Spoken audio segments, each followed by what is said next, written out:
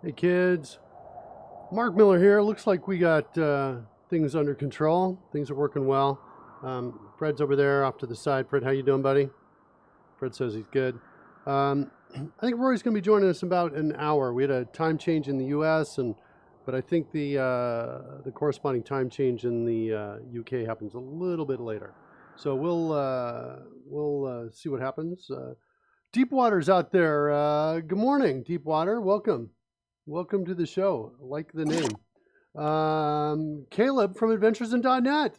Look at this. Caleb wants a copy of Code Rush, I bet. Give me a sec.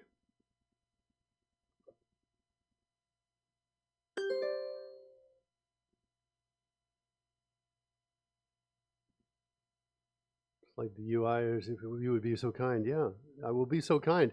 I'm just trying to copy your name here so I can, there we go, got it copied. I'm going to do it right now because, you know, we can kind of get moving from that point here. Let's see if I can, oh, come on, chat. Where are my DMs? All the interfaces, the old interfaces changed. How am I going to make this happen? Let's go back over here, show chat here locally. Where's my DM button? It's gone. All right. Well, I thought I was going to be able to do it now, but I'm going to do it after the show. I'm going to make a note to myself, and we'll get you.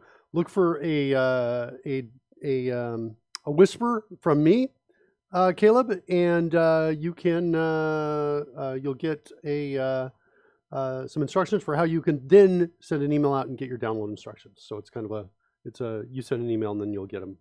But look for that DM for me. Okay, no worries.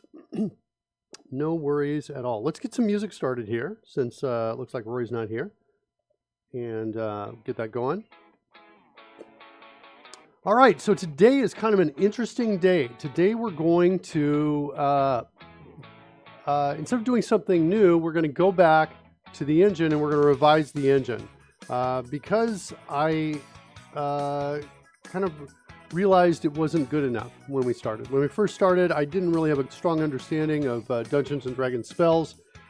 And then later, as I got to learn more about them, I realized, oh, it wasn't quite good enough. And then even later, as I got to learn more, as I learned more things, I realized, oh yeah, we're going to have to change it. So that's kind of what we're going to look at today.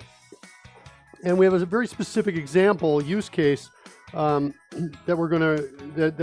goal is to achieve. And it's with the spell known as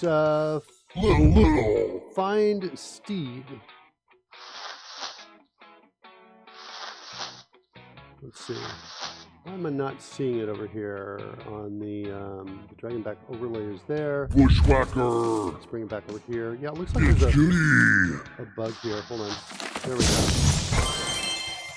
So Find Steed is a Dungeons and Dragons spell that little cutie has, but it's kind of interesting in that its casting time is 10 minutes. So you can see that right up there at the top there. That's unusual. Most other spells, you're casting it right there. It takes one action, so there's no time delay between the time the player says, I want to cast the spell, and the time that it's actually cast. But now we have a change here, and there's another thing too, and is that spells that were cast instantaneously before, such as like I think Shield of Faith. In other words, spells that didn't require a roll of the die. I used to have it so that when you click this button, they would just immediately go. But now I changed it so that you click a cast spell button. And what that does then is I added into character. Let's go find it in character so you can kind of see structurally where I was headed. Because I'm not quite, it's not quite implemented fully. If we go over into character here and search for, here you go, spell tentatively casting. So I added this here so that we could be thinking about casting a spell. So the idea is while we're playing the game, the player says, hey, I want to cast Find Steed. And so that moment would cause this graphic to appear, but they haven't cast the spell yet. Then when they click this button, in most cases, the spell will just go. But in this case, we got a casting time of 10 minutes. So when that happens, I want to essentially set a timer in the game so that in 10 minutes, the spell is actually cast. Oh, look who's here.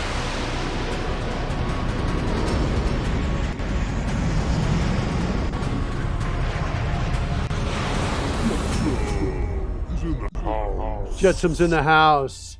Jetsum says all in for Sprinkles the Battle Unicorn. Howdy, folks. Speaking of Sprinkles the Battle Unicorn here, let me turn the music down a little bit here. I'll show you the entrance. So here's the deal. Find Steed, little cutie Steed, is Sprinkles the Battle Unicorn. And when the spell finally casts after 10 minutes of game time, we want to play this scene right here.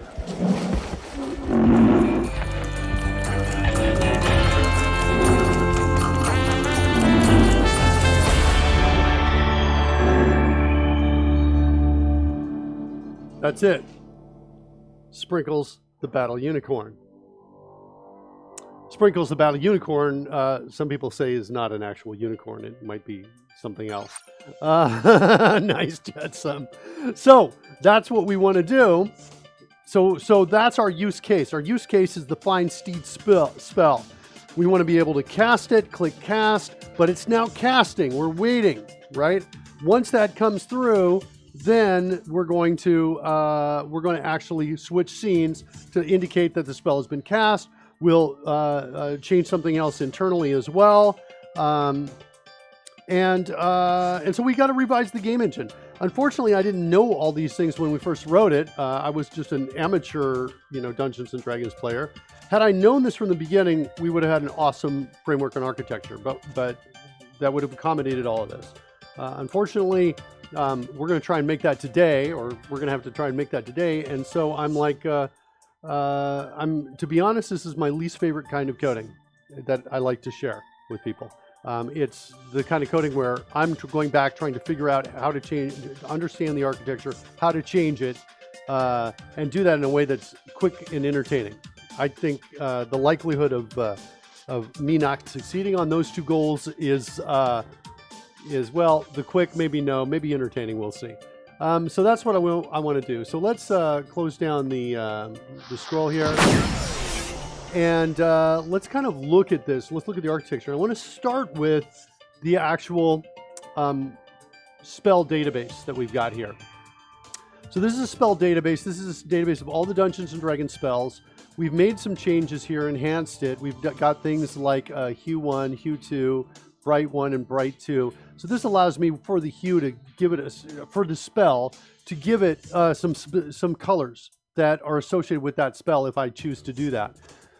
I think if we scroll down here, you can see what Chaos Bolt has Hue 1 and Hue 2. So what that means is, for example, when I cast Chaos Bolt, I'll do this, I'll roll that attack. You'll see some effects in front of me when the attack goes through, and those effects will be blue and bluish purple. Oh, but I can't miss. To miss, everything goes black. So let's try Chaos Bolt again.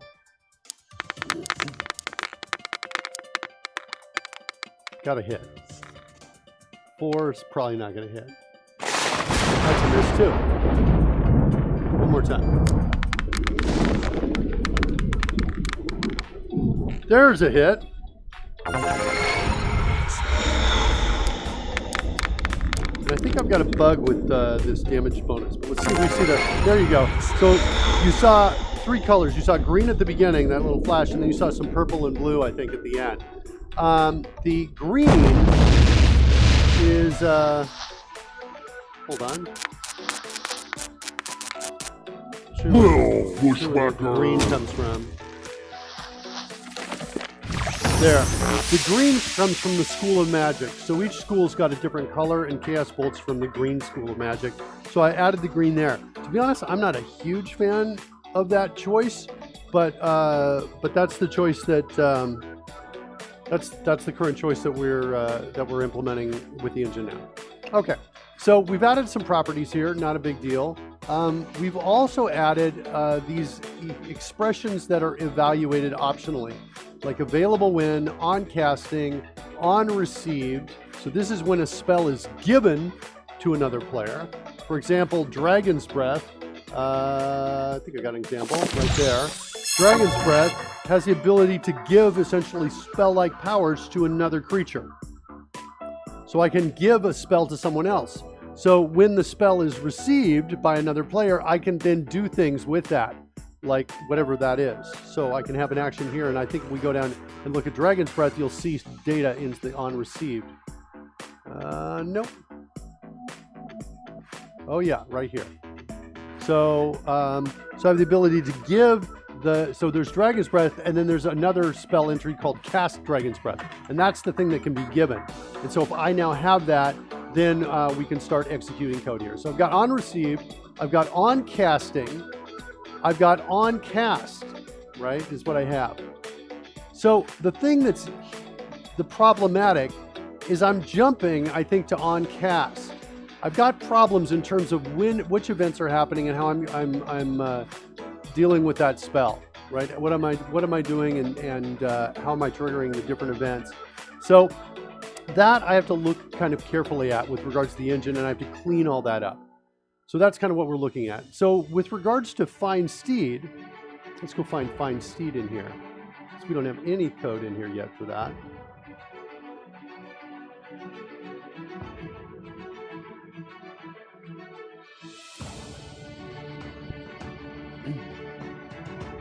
Here's Find Steed right here.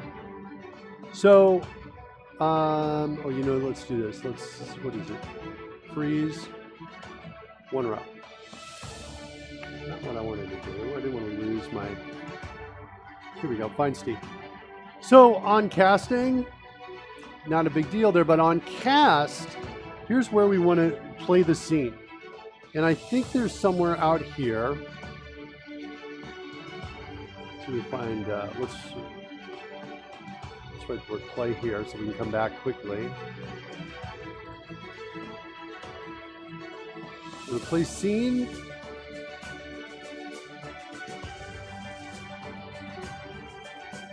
No, not play is what I'm looking for. Let's try scene. Nothing. Let's go all sheets. We are in all sheets. Fine. No entries matching scene.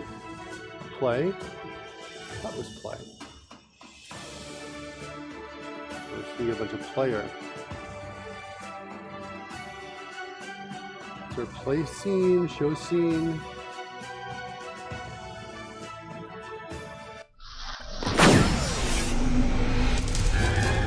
Surely Dev is in the house. All right, we were safe, and now we're not. Surly Dev's here, kids.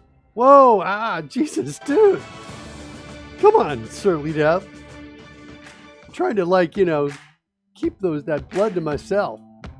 Come on, what is it? All right, I have another way to find this a little faster. I'm totally forgetting this. Let's go to my D&D app. Solution Explorer. Look at my commands. My expression down in the core. Expressions. Functions. Is there a play scene in here? Show scene. Where is it?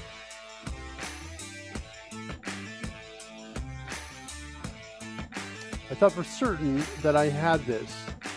But you know what? Now that the more I'm looking at it, the more I think I haven't added that yet. That I am conflating it with my my Stream Deck commands, which I do have a play scene on.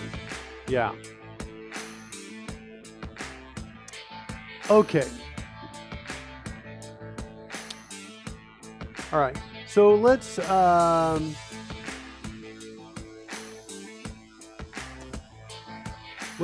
figure that out. Let's get Let's add a new command. Let's. I'm going to start by closing this down. We'll start building the pieces to support this. So close that down. Come in here. We're going to. We need to create a new command that's a play scene command for our expression evaluator. So inside an expression, we can say, "Hey, let's play a scene right now." So let's do that. I don't know. Let's just grab something simple to base it on. Duplicate it. Play scene.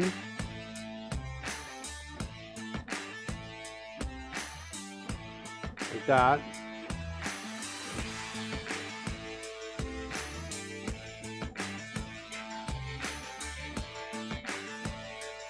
And what did we do wrong here? What's wrong? Looks like we're missing some sort of syntax error here. What is it? I don't see it. It's like an extra one there.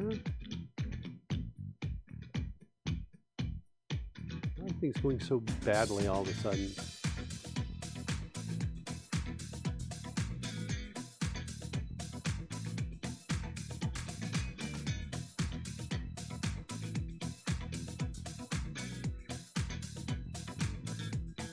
Yeah, it says like, here's where the problem is, but everything up to this point looks good. Let me just cut this out for a second here. It's like the problem is later. Yeah, backflip. What'd you see? Missing the class type? Oh, you're right. There we go. Thanks so much. Good job. I was like, is somebody else going to spot this? Okay, so it's going to expect one argument, which is the name of the scene. We're going to change this to scene name. You got my back. You do, Deepwater. Thanks so much. Excellent. And then we are going to now, we are not going to go, I think, into the player and call it. I think we are instead going to do something different. Let's go move this to its own class, own file right now. And I want to create an event here because we're low level right now.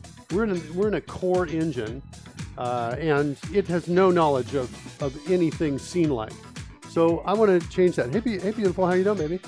Hi. You look like you need my wallet. Hi. Is that by chance? Is that look? You want to give me your wallet? She's I got heard that you were talking about my thing, my belt, my sprinkles. sprinkles. Yeah, here's sprinkles. Here, you want to put one of these in your ear? I think you may have seen this. You saw this last night, but I slightly revised it. Here we go. Ready? Put some sprinkles.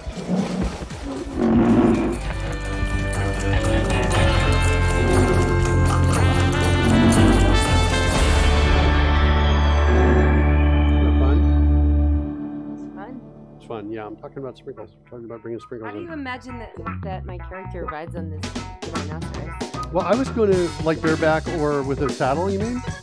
Well, like on the back or like right No, before right. the head so you can hold onto the horn? I don't know. Let's fan art answer that question. Looks like that. All right. Shirley says, hey, sex positive. Hi, Silly Dad. That's cool. Are you talking about sprinkles to unicorn? Yeah, sprinkles battle unicorn. Why would there be a rhinoceros roaming around the evil forest? It's a battle unicorn, honey. You keep thinking it's a rhino. Oh, Karen So has to ride in on sprinkles. Yeah, kind of fun, isn't it? I know, right? Jetsam says hi, too. I think Little Cutie should have a whole... Wait, we're filming this show in costume, right? If you want. I always want. All right, don't leave with me. Don't leave with half of me. All right. Just have my sensory organs. All right. Okay, go get your work done, honey. Go get... Yeah, okay, I'm sorry about that.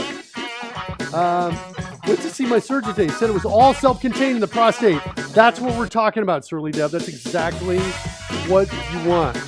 Yeah, that's awesome, Surly Deb. Yeah, clean lines. Exactly. Yeah, that is... Cool story, bro. That's what we're talking about, but we mean that without any sarcasm right there.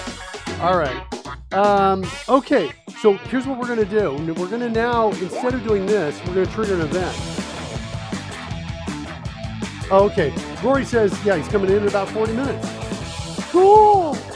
Cool, cool, cool. In about 2 weeks, he syncs up with the U.S. time zone too. So in about 2 weeks, he'll be starting at the same time that I start. And I guess for everybody else, maybe I'll be starting an hour later for that. But anyway, everything's cool. Looking forward to when we get Rory in at the very beginning, but he's coming in 40 minutes. Actually, I also kind of like because he kind of gets to save us, right? Yeah. Curly Dove says 38 and a half, Rory. Don't show up at all. That's what we're talking about. All right, so I want to create an event. So I need like some event args here, I think. So I'm going to type in CEA to get a class with sensitive event args, and I'm going to call it the I don't know, play scene event args, like that. Copy that, come back over here, paste that in like that. There's my play scene event args. Let's pass in, I'll type in piece of variable S for string, and I'm going to say, I want to call this the scene name. I'm going to hit the code rush key, and I'm going to say I want to declare property with initializer. Put it right there. Now I've got my event args done. Copy that to the clipboard, come down here, hit the letter D, space, and now I'm going to say it's my play scene event handler, like that, and I'm going to paste right there, like that. So now I've got my play scene event handler. Now I want to create my new event. I'll type in EV space, like that, paste in that name, and then we're going to call this simply play scene is the event. We're on play scene, playing scene. How about playing scene? Or request scene play, request play scene. Like that. Okay? This I want to be static. Like that. That's going to be a static event. Cool. Copy that to the clipboard. Let's go into the main window. So now we're up high level, right? And we want to hook that event. We're going to hook that in the initialization of the main window. So this is kind of where we're hooking a lot of events, including, I think a number of these are static. Let's just take this whole block here. Hit the code rush key. Let's extract this method to hook events, I guess, like that. Now these can be static events that we're hooking here. That's not a big deal with regards to the hooking of those events there. The reason it's not a big deal is because this is my main window. Normally you don't want to hook static events because they'll keep your instance of whatever that object is that's listening around forever, because the static never goes away, right? So anyway, that's kind of what that's the guideline there. So it's not too big of a deal. So we're going to say that's the play scene function, and then we're going to hook that event request play scene like this. And now we've got our event args coming in. We still have to trigger it down below, but now we're gonna, I think there's a function up here called play scene. A method we can call and pass in the scene name. Look at that. So we'll come in here, ea.scene name. Sweet. Play scene, I don't think we have to worry about any UI related things. Yeah, just a WebSocket call and a call to tell Dungeon Master, which is going to ultimately send a message out. So this can all happen in a background thread. So good there, good there, good there. Now I'm just hitting escape to jump back. And now back over here, we need to trigger the event. So I am going to create an event trigger for this. And I'm going to change this to the scene name, like this. And then I'm going to create a new instance of this.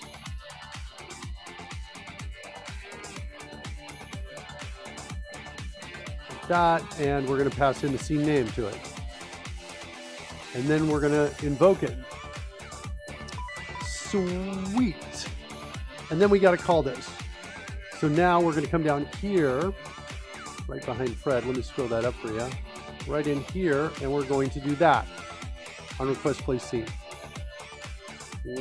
What's wrong with that? Do I really have to give it a, oh, it needs a sender.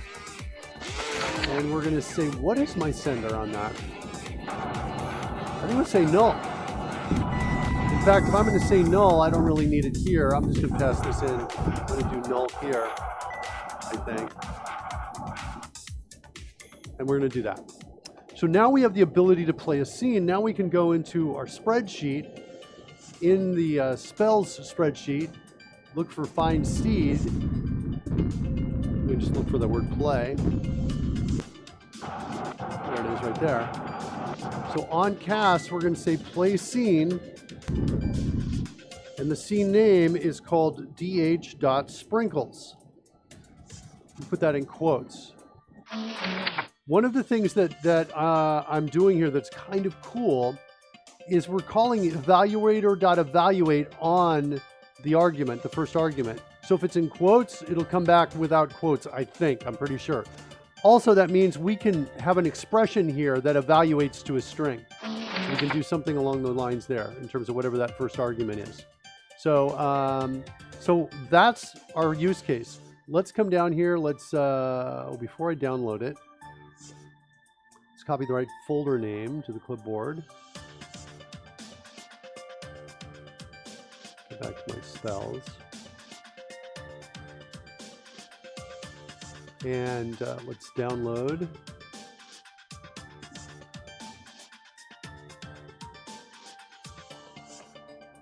And we're just replacing the existing D&D spells that's out here in our D&D core data. So we replace that.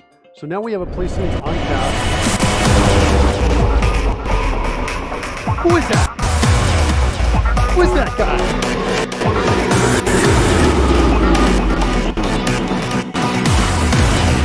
It's Alpha. Do you think I should learn to play drums? Is it too late? No. Wasn't asking you, honey.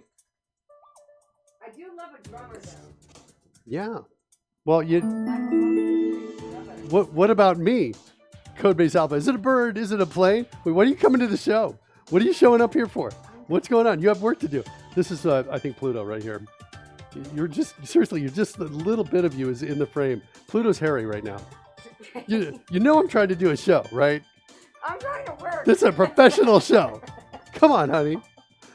Oh my God, you're bumping into things like crazy. Earlier this morning, like, I don't know, about 45 minutes ago, she's all like sultry at the door, and then she's like, bye. She turns around, walks right into the door, like, boom. Oh, excuse me. That is 100% Karen Mangicotti. Yeah. This could be yours. Boom. Oops. Throw your wallet and run, says Surly Deb. Yeah, Surly Deb's like, just give her your wallet. Yeah. Okay, so that feels good. Now we have to actually figure out the on-cast and trigger that at the right time. And this is the hard part. This is because this code is written like, I want to say months ago. I got to figure all that out. And I think I almost want to run it and step through the code because I think we're going to get more data and more context as we do that. Try to understand it. So that's what our goal is now.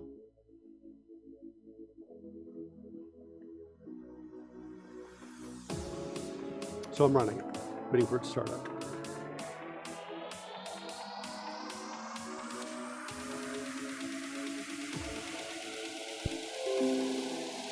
Here it comes. Lady. So we're here. I'm going to initialize player data. There, everybody shows up right there. Willie. Red. And so let's look at Fine Steed. So we'll come over here, little cutie. Little cutie. Yep. The battle unicorn is called Sprinkles. And I don't think I have this yet. I haven't shown you this yet. You saw a little bit on the opening here. I'll play it for you one more time, just a little bit of it. Look what's coming from the horn as it comes in.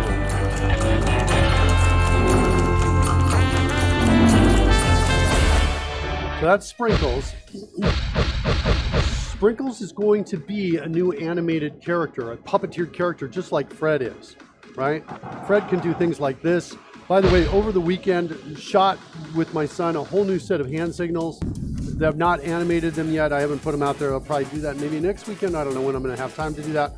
But basically, a whole bunch more. Things like come here and, you know, that, all kinds of things to give Fred more puppeteered personality. And the cool thing about puppeteering Fred is it's just like we just push a button, right? Who pushes the button, Fred? That's right, I push the button. That's what I do.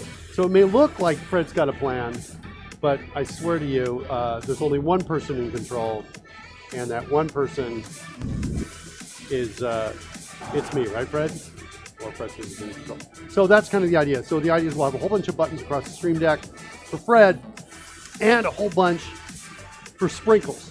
So the idea is Little Cutie is going to cast Fine Steed. Sprinkles is going to come. That scene's going to play, but then the puppeteer character is actually going to come in off on the side over there. And that puppeteer character will be able to do things like make really big eyes, like big anime eyes. It'll be able to do kind of threatening attack pieces. It'll be able to shoot out stuff from its horn, little sprinkles from the horn of different colors. I think the horn is going to cycle through colors gradually. We'll make changes to our animation engine to support that. And it'll be able to graze, it'll be able to walk off, come back. And I've got a surprise animation that I'm not going to talk about now because somebody's in the room, but it'll have surprise things too that will surprise people during the stream, the live stream, because it's always fun to surprise during the stream. So, all right, so let's set a breakpoint in the code here. Let's go find activate shortcut. By the way, look at the skill at which Surly Deb is like planting flowers on this stream here. You might want to take a look. Have you seen this, Karen? Are you watching the stream by now? Or no? You want to just come up? Just quickly take a look at what Surly Deb has done. This is what Surly Deb does with his time and power on the show. He planted all those flowers. Isn't that nice? Hey, Right back. you know what did about the flowers? A lot of people. But only one is in the habit of doing so. I will get it. I will on that. I'm so on those flowers for you. You need those flowers, don't you? They smell really good. They're all good Look, flowers. these are the seeds coming down. That's awesome. Isn't that fun? Why did you put Walnuts? walnuts? Because I found a walnut and several pictures and I used it to animate it. Do you know that that's your nickname? No, I don't think we talk about that. Is that like napalming an entire city in order to hit a grapefruit? What are we talking about, Rory? Wait, I gotta roll back our conversation. What were we just talking about? That I said we were like napalming the entire city to get a grapefruit? I don't know what we were talking about. I'm not sure what that is, Rory. Hey, guess what I'm having custom made for us? Something I don't know about? Okay, what is it? For our trip to Disney. What is it? We're all getting purple and teal mouse ears made. Hey, maybe we should get purple and teal face mask as well. Like the whole respirator. Yeah. I got purple teal respirators, Yeah. of course, but matching ears. Yeah. I want to get t-shirts that say, don't take my temperature, back off. When I get in the States. It's my private temperature. Washing hands for wimps. There you go. We'll see what happens. Yeah, we have a planned trip, vacation to Disney in April? Yeah, April. Taking my 4-year-old Memorial Day week, says Deepwater. Yeah, matching purple and teal NBC suits? No, not NBC suits. They have just purple and teal. Purple and teal. What did you say you got for us that were purple and teal matching purple? Mouse ears, that's right. Okay. Mouse ears. Yeah, I'm naturally hot, says Surly Deb. Don't take my temperature. I'm naturally hot. Okay. So let's hide the scroll a second.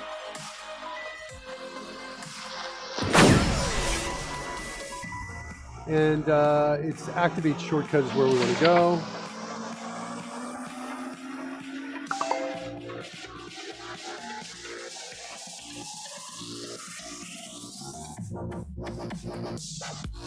Yeah, the mouse ears I think are not. The respirators, yeah, maybe.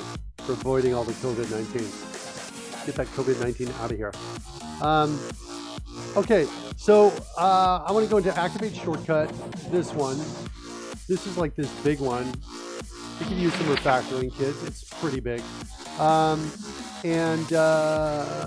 just step into it and see what happens when we cast Find Steed. So over here, click on this. So we're inside here.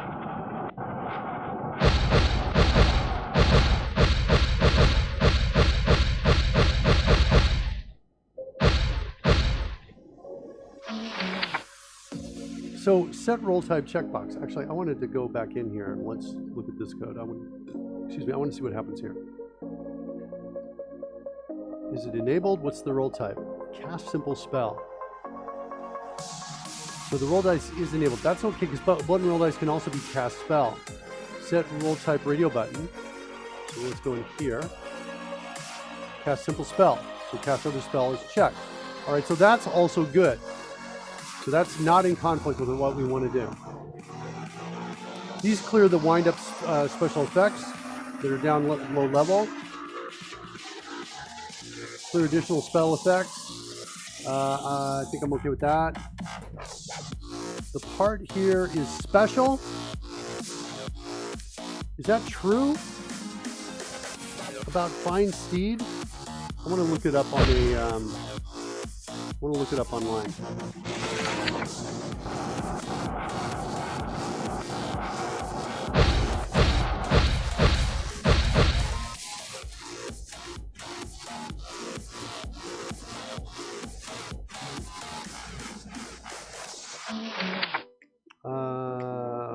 Wait.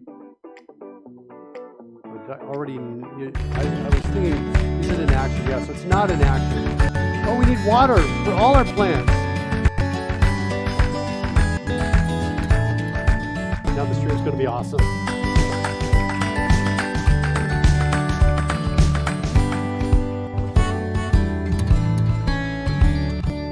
Copper Beardy is in the house. So if we're not equal to a reaction, then it says the creature's taking action, and what this does is this advances the round. So we're basically starting the round there or advancing the round. That's the main thing that's happening there. So we're starting the round, yeah, this is just maintaining state, turn-based state is what's happening inside of this function right here. Okay, so creature taking action is essentially maintains turn-based state.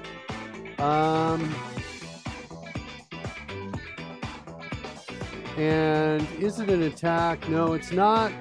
There's my spell. Is about to cast spell. And then we end with consider casting, which is still all good.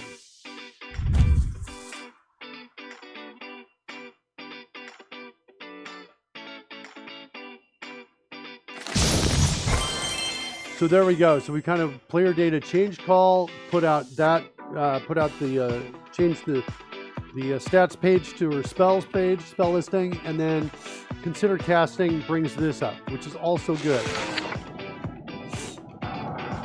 Use. I'm going to go with use. This sets properties on the player of what they're about to use. And maintains the state of the player. All right, so that's okay. So the modifier is 0. That I guess makes sense.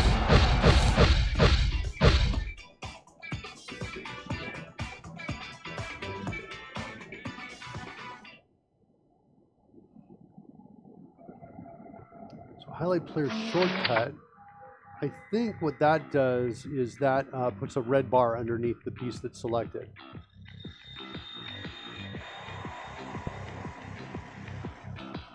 Set controls from shortcut. I think we're okay there. That's just enabling or disabling other controls based on what is there. Next die roll type is going to be cast simple spell. The advantage mod is different. We're going to set the advantage or disadvantage for the die roll. If the instant dice is not null, then we're going to go in and do something there. If it's not, update UI for player. Okay, so we have not cast the spell yet. So we're just now considering casting. And now we have the cast spell button here. And this is where so this is all good. All the code here that I just reviewed, I feel like that code is all good. Apologies because I know it's on the wrong side, but basically that code right there looks to be all good. Next, I need to go look in that event. What is it called? Button cast or no? Button roll dice. Click. Okay, so do this. All right, and let's click the button to cast the spell. And let's step through this. So spell to cast on roll. Yep, that's Find Steed right there. So we've got Find Steed there. Activate spell shortcut.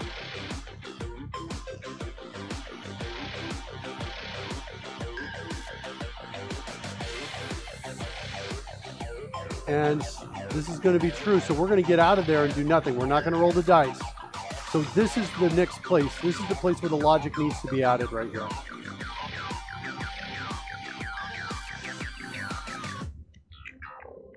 So here's the spell. There's my casting time string.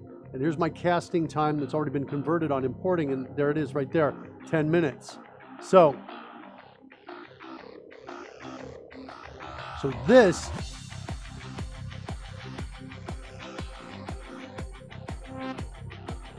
right here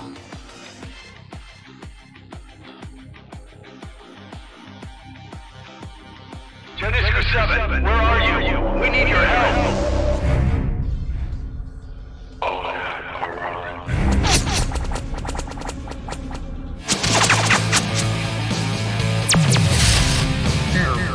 White House.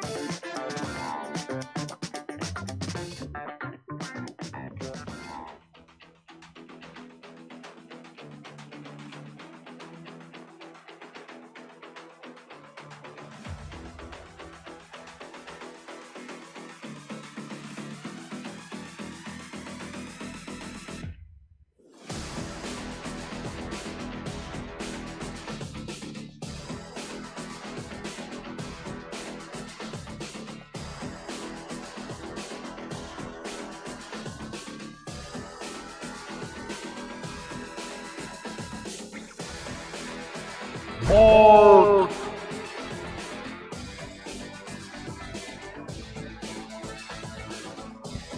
Thanks, guys. Sorry about that. How's that now?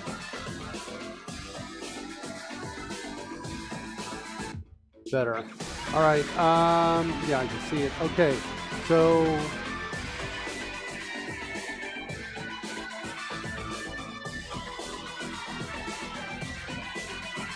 what's casting time measured in? D&D time span. I've got equals and operator equals overloads in here, but I don't have an operator overload for greater than, equal to, or greater than, or less than, or things like that, which might be interesting to add. Because I think the code I would like to have is something like this. If casting time is greater than D&D time span dot, no, I'm definitely, let me, hold on a second, I want to report a code restriction here. pop this out here. Okay, so it looks like I'm having a problem with IntelliSense. I'm not sure why. IntelliRush. If I come in here and hit the dot, okay, now it's working. Is it not working because it was so thin? Like, is it really that? So look at that. Why am I not seeing the IntelliRush window here? I think it's because it's so thin. If I come in and I say turn off IntelliRush, and I come in here now and I type in a dot, I get it. And it comes in out and expands outside the bounds of the window. But if I turn IntelliRush back on, right there, and I come back in here and I hit the dot, oh, now it works. Come on. Well, it was not always working.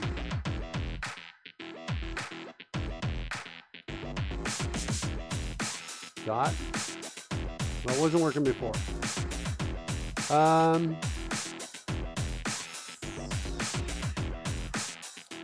But I also seen where the act of when it's not working, if I turn off IntelliRush and then go to turn it back on, it starts working again.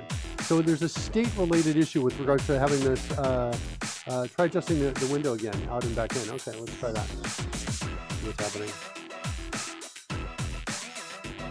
Look at that. So it's after, is it after adjusting the window? Look at this. Dot, dot, dot, dot. Great job, Deepwater. Finding that bug. Look at that. Right? And now if I come back in here and turn it off, turn it back on, and now do it again. There, look at that, it works. And now let's adjust the window. Backspace dot. Look at that bug. Good job, Deepwater. Okay, yeah, no, that's awesome. Okay, that's a CodeRush issue, kids.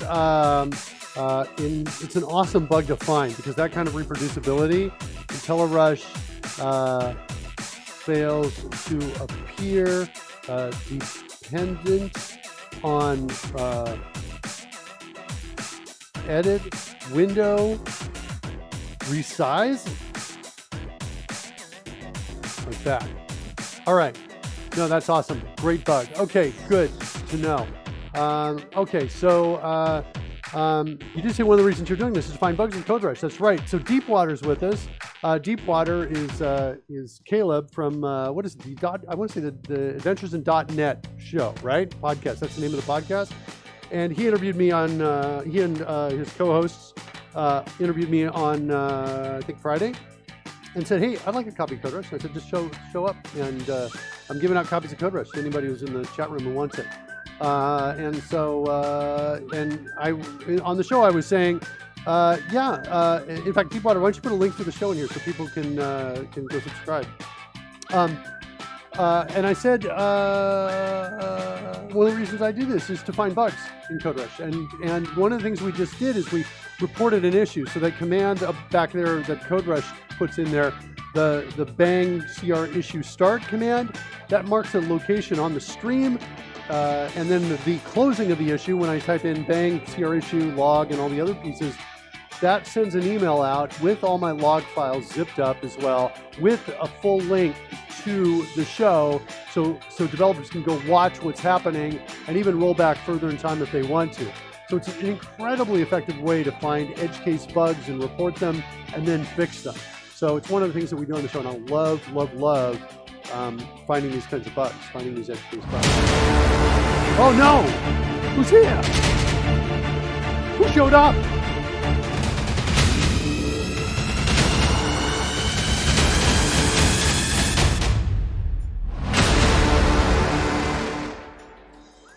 That's right, kids. Went to the Mark Miller School of Acting. It's Coding Gorilla. Coding Gorilla showed up. You know, Deepwater, I didn't tell you, I don't think I said this to you, but our regulars on this show have fanfares. So when they show up, things like that can sometimes happen. So so if you're like, what's going on Miller's show? That's what's happening. All right, so here we go. What I want to do, D&D times not identifier expected. I'm hitting control dot here. Come on. Hold on. I guess I gotta what do I have to do? I have to go back in, turn it off, turn it back on, and then now it feels like it's not working at all. What do I got? I want to see if I actually have, what do I have inside of here? Do I have a static? I have some from, yeah, there we go. From rounds, from seconds. I think, do I also have a one action in here?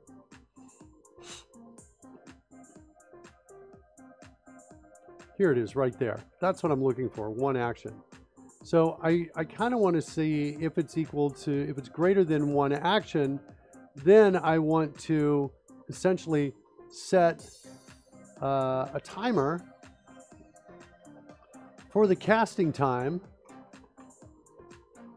and I want to pass it the action shortcut like that, and I want to get out or cast spell later, casting spell like that, and that's going to set the timer, and we're going to get out like that. So let's declare some of these things right here. I don't, because we're in edit and continue. Yeah, that's right, Deepwater. Definitely some entertainment factored in there. Roy says, I can totally imagine Coding Gorilla rushing across the Steam screen and swatting drones when they obstruct the view of our glorious host. That's actually kind of interesting. I should have actually incorporated our drones into that video. That would have been really fun. So, okay. So here's the thing I'm not sure. Can edit and continue support this? Wait, I want to get rid of these. We're in the middle of stepping through code. Let's do this. I'm going to just to get out of here, I'm going to comment this out for a second because I want to get rid of this, and then I want to come back in and edit and continue in a second here. Yeah, oh, it did work. Test close totally worked. Never mind. That's all I was going to do. But you guys figured out a way to bypass that. Excellent. Okay, so now what I want to know is, can edit and continue support adding operator overloads in an assembly that's not the main assembly? Because I want to do this. I want to make this code work. If casting time is greater than D&D timespan.one action, that's what I want to do. So I want to go into D&D timespan, and I want to create an operator overload, which I think is going to look like this. I think, is there a, I think I have an op plus template. Is that right? Do I? It just does a whole bunch of operator overloads. No, it's just, oh, well, look at this. Yeah, it's edit and continue is going to say no thanks to this, I think.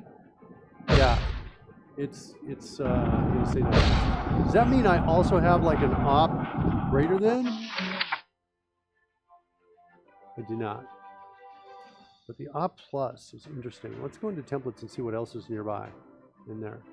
And I think we're gonna have to stop it because we're gonna have to stop the app and restart it because edit and continue is like, yeah, operator overloads, don't mess with me, Mark. Really? Is that what you're trying to do?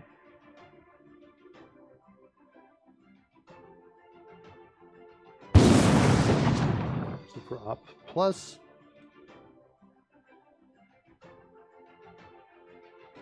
Ooh, binary operator, unary operator.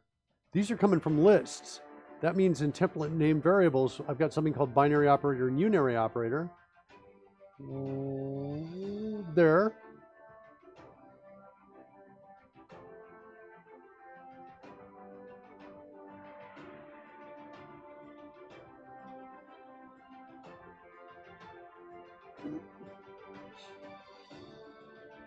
So my binary operators, I just need to add open angle bracket, or greater than, and put a greater than there. And it just put them there. It sorts it after I put it in. And then I'm going to do a, hold on a second, I'm going to sneeze, I think.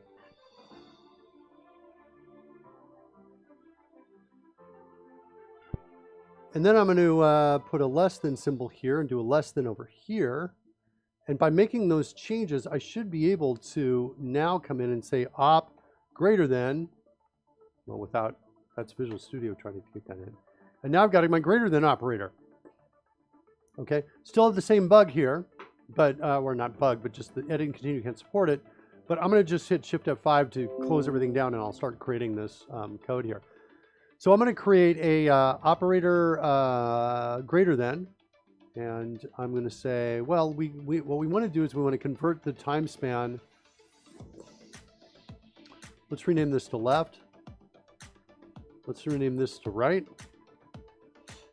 like this, and I want to say left dot. Do I have something to? I need to like get it out into like what, seconds? Or some way of measuring it. Because here's the thing that's a little tricky with converting to seconds is an action is different from a bonus action. In terms of measuring time, neither have a seconds kind of quality to them. But you could come in and say, well, an action is, so in every turn gives you 6 seconds in a turn. In a turn, multiple people are, in a round, multiple people are playing. There's really no way to give a measure to an action or a bonus action.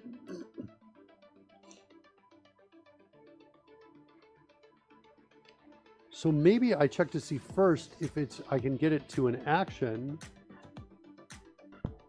And if I can, I convert both in terms of actions. But if one is measured in time, then it's going to be greater than an action, is what I'll say. Like that. So let's do that. Let's do that, I think. Or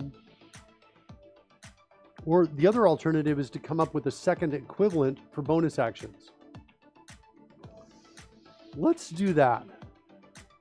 Let's say that an action equals 1/10 of a second, and a bonus action equals 1/100th of a second. If we do that, then we can simply convert to seconds. We can have a call that converts to seconds and do a comparison. What other measures of time do we have inside of time measure here?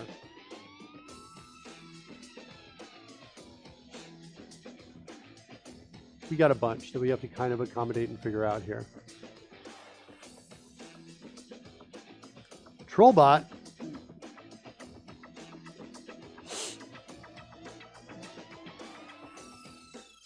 Oh man, there was a Trollbot and I didn't even see it. Good job, Genescu 7.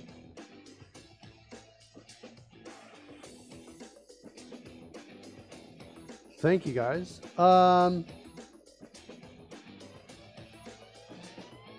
A reaction is, I think, 0. Or I could say a reaction is 1/1000th of a second.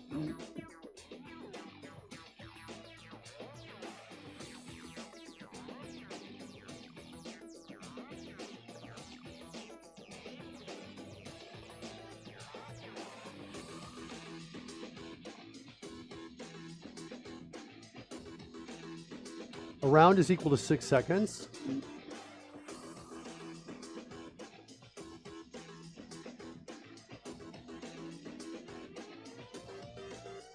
I've got never, forever, days, hours, minutes, and seconds. So I've got a whole bunch of different time measures there is what we have. So, all right, so let's do this. We want a 2 seconds kind of thing. We basically want to say, look, left dot 2 seconds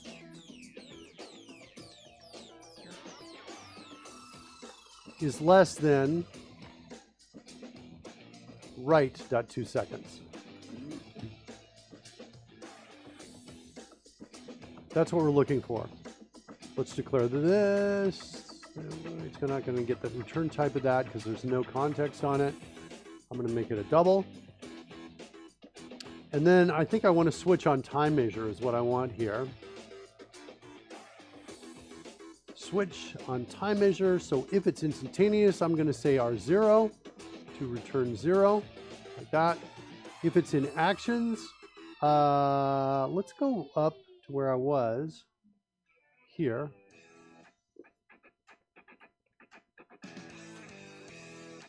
Who's calling us? Hello. Hey Rory, how you doing, buddy? Not bad, my friend. Not bad. I'm using the Another wrong... week of Code Rushed. Yeah, it's another week of Code Rush. Kind of going back into the thick of it. That's what we're doing. I'm sending you my new tech video. It looks like it's taking a while. There we go. Maybe it's going to stutter a bit and then finally kick in, I think. Hopefully. How you doing? I'm doing pretty good. How's your week been so far? I'm glad to be here. Yeah? It's been a roller coaster, but just the usual work up and downs. And this I arrive at and is most definitely peak of so far. You know what I like about this is that it's not really a mission critical bunch of code that we're creating. It's, people, if we screw up, people aren't going to die. And, oh yeah. So I like that Well, that's good. lack of pressure on this code that we're writing. This is weird though. Type bool, D&D time span. Oh wait, greater than, this is the wrong result. I want this to be a bool, right there. Operator, right like that. Plus, what's happening here? Requires a matching operator to be also defined. We're gonna get you, we'll get it. And then we're going to get the matching one there. And I think this needs to be greater than right there is what that needs to be right there. And cool. So we got the two operators in there. I wanted to take these, get them out of here, and I wanted to create like constants for these is what I wanted to do. So let's put them right up close in here to 2 seconds. And so I want to say, I guess, QD for constant of type double, and I'm going to say duration instant. I guess we could do it for all of these, equals 0, and duplicate the line duration action, and we said that's equal to 1 divided by 100, like that. And is that right? And action is 1/10 of a second. Okay. Duration of seconds. That's going to be equal to 1. Duration minutes is equal to duration seconds times 60.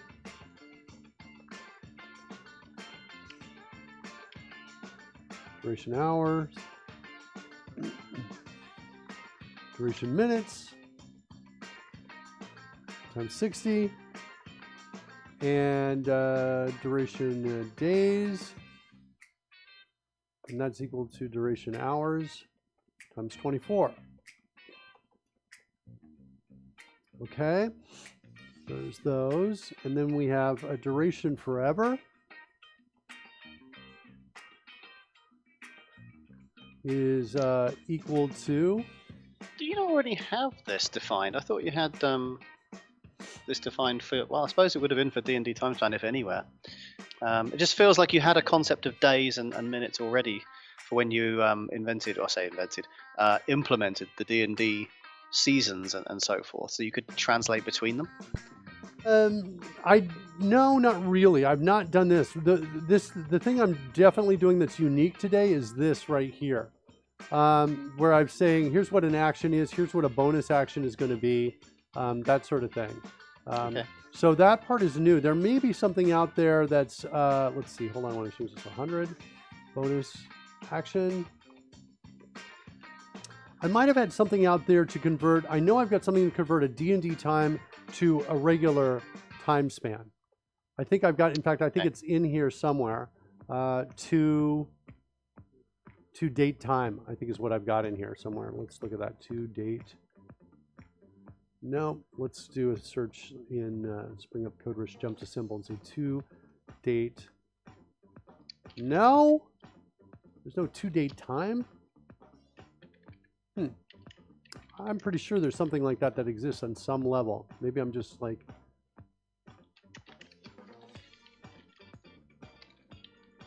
No?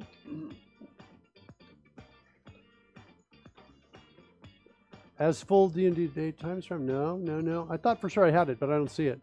But I'm definitely got my 2 seconds here. So that's what I'm going to do. So duration forever is max value. What else do I have here that I need to worry about? Never. So we're going to say duration never is equal to, we'll say min value. Like that. And a round and a reaction. So a reaction, I'm going to come in here like this.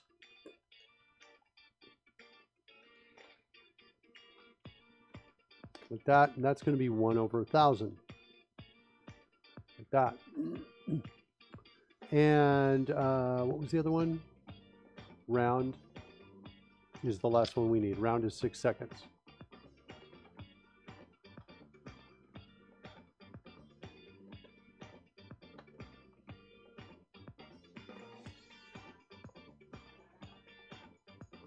Hold on.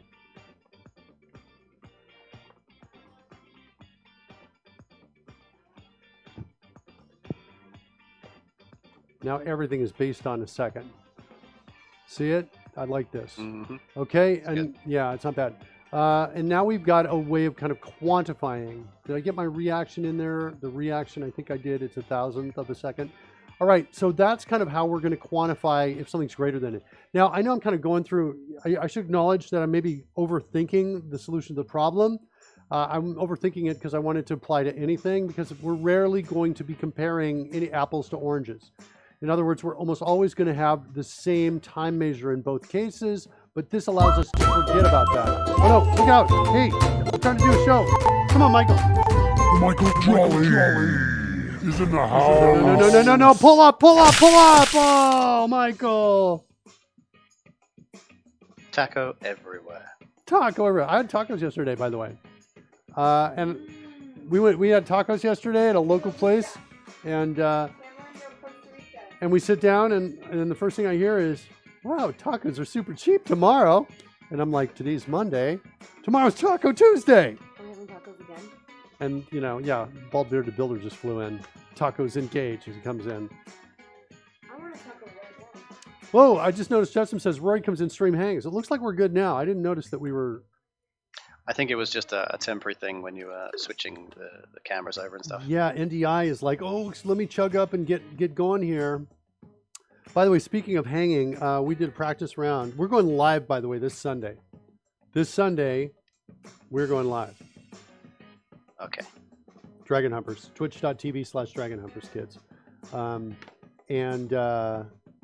should totally have a button that types this in here. I do not. I've been typing it in every single time. If you want to see this, all the stuff we're building on the show go live and what that's going to be like, that's happening this Sunday evening time, I think. I think, Roy, it's probably going to be way too late for you to watch it live. It's going to be the single hardest thing for me to do. I'm not even in the right... Well, I'm not even going to be in my native country with my own internet connection, but I'm still going to try. You never know what's going to happen. Yeah, that's what's going to happen. Bald Bearded Builder says, anyone notice how skinny my legs and arms look on that taco? No, they look good. You've been working out, I think. If they look actually bigger, you know, like you're bulking up since the last time I saw that taco fly out. That's what I think. Okay, so now what we're going to do is we're going to come in instant. I'm just going to say, hey, I'm going to say return. And here, I'm going to say, what is this other piece we have here? Something called count, I think. Yeah, there it is. That's the number of items. I'm going to say return count times instant. But we could also just say, oh, you know what? It's for some of these, we can do special things, right? So we're going to do that. Action is going to be, say, return count times duration action. Like that. Seconds, we're going to say return count times duration seconds. I have an idea. I'm going to mark this and mark this using multi-selection. I'm going to copy that to the clipboard. I'm going to actually maybe not copy it. Let me do instead. Let me do a duplicate line on it. And we've now changed to seconds here, but we haven't changed the seconds there. I don't like that. I'm going to report this as an issue. Okay, so here's the deal. I've got this selected. I've got my time measure, which is an enum right there. My enum looks like this. These are the elements inside of it. Okay, I'm going to jump back out. I am marking this, and marking this is what I want to change. Selecting it, Shift Enter, and actions changes to seconds, like I'm kind of expecting. But why does this action? Oh, because it's not spelled the same. Let's try a rename on that and see if it's really my problem. Let's try one more time, because I really want it to sync up those two. And now let's select it and Shift Enter.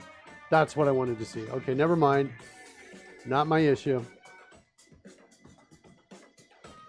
Look at that. Cancel issue. Yeah, cancel issue.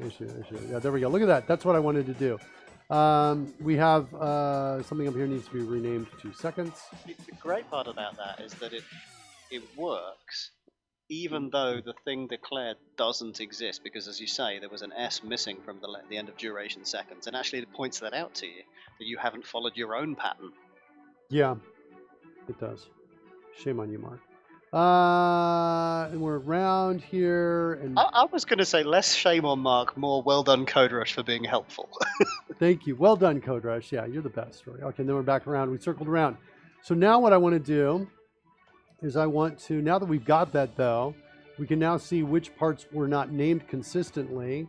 And it's duration bonus actions is here. My reaction didn't oh, the reaction didn't go because this one didn't match, because that didn't match anything. It didn't know what to do with it when it got down here. So this needs to be renamed. Bonus actions and duration reactions, like that. And so now this is going to be duration reactions. And the last thing we have to do is we have to come in and say, well, which one of these do we not actually multiply times count? And that's going to be duration never, duration forever, because those are min and max values, and duration instant. That's because that's right at 0. So that'll always be instant, no matter how many of those you have. And everything else is going to be count times that. Now, almost always, like for example, this one action is just, if we're measuring in terms of actions, reactions, or bonus actions, almost always the count is going to be 1. There you can see right here, 1 action, 1 bonus action. Those are the useful pieces. So forever, I have unknown. Why is unknown? Am I using unknown anywhere? Captain X reference. Special. It's unknown, the same as never. Yeah, it kind of is. Unknown and never. I'm using it get casting time. I'm really only using it here. Yeah. I almost think special should come back with instant instead of unknown. See, unknown is an interesting one. It reminds me of the days when I was being taught about databases, and we were discussing null. And a null was, within the context of databases, was perceived to be, we don't know the value. And therefore, two things that were considered unknown could not be said to be the same as each other because they were yet to be fulfilled. And I think unknown here is maybe the same logic.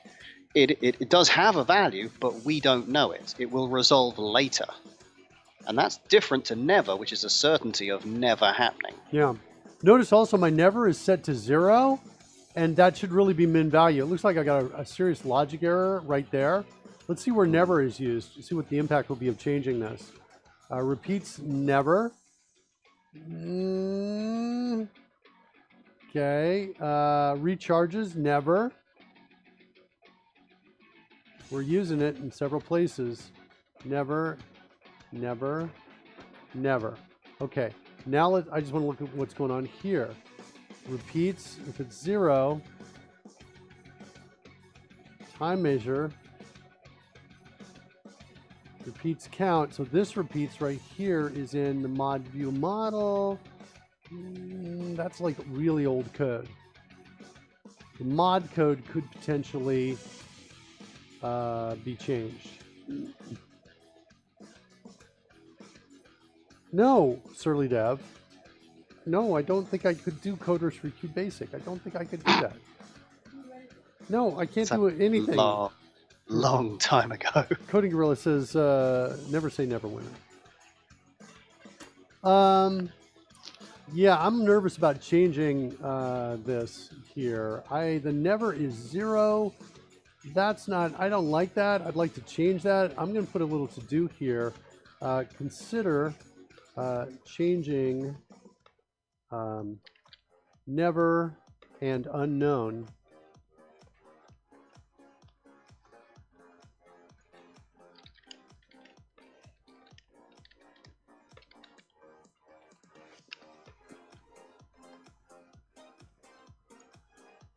And with ripple effects.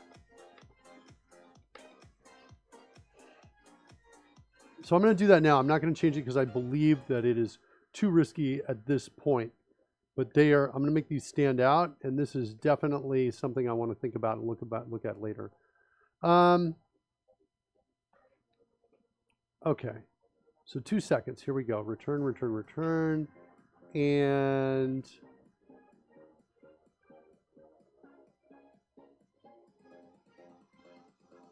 if I got all of my time measures in here, I could throw an exception down at the bottom here. I'm just going to come in and say an R0 right here is what I'm going to do. So there we've got, there's our 2 seconds call.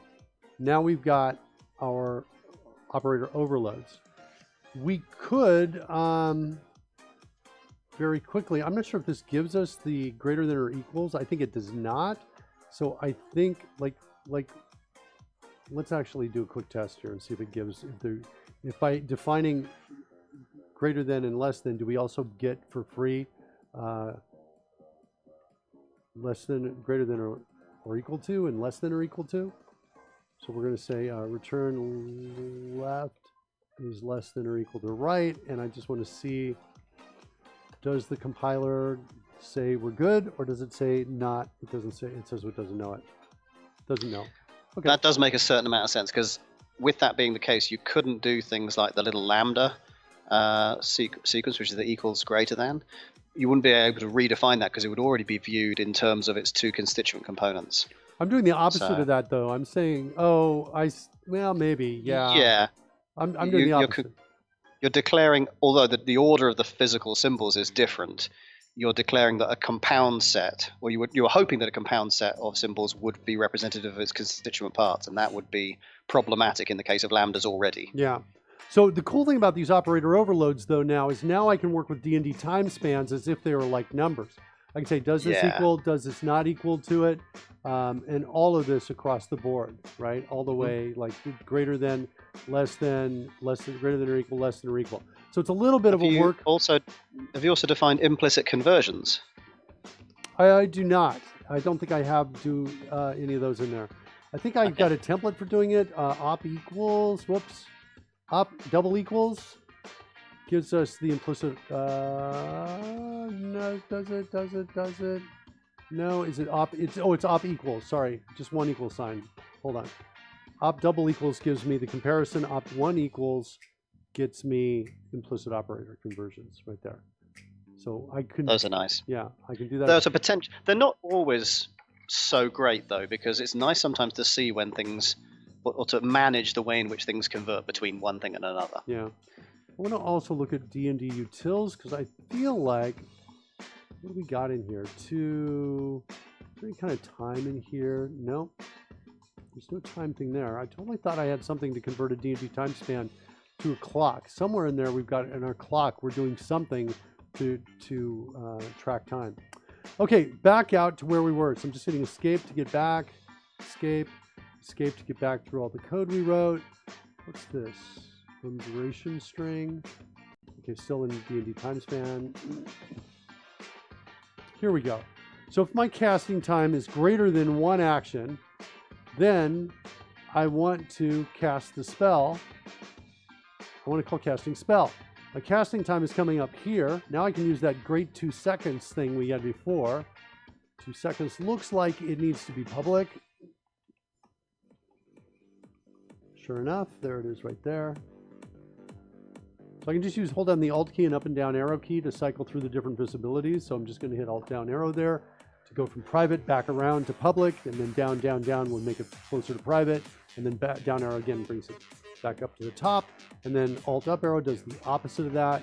So if I'm in public and I hit Alt up arrow, I can go to private, internal, that sort of thing. Okay, so we've got 2 seconds there. This is should be available now.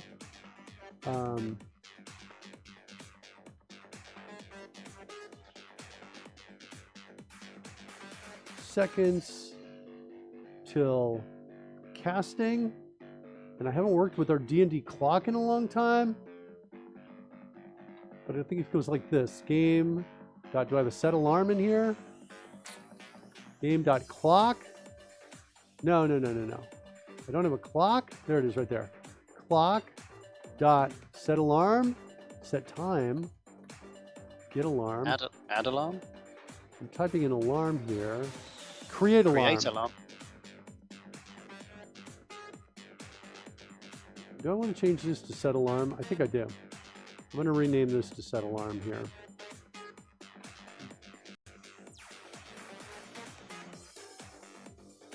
Like that. Right, but does it actually make...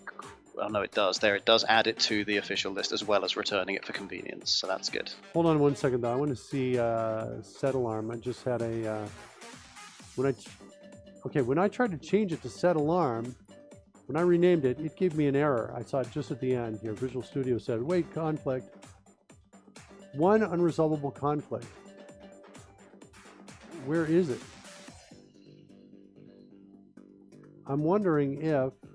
Hold on, let's undo a second. I'm wondering if the conflict that's unresolvable is this one right here that I just typed in. Like if for some reason it's like, well, you don't have the right parameters. That was it. Okay, cool. So I'm going to change this to set alarm.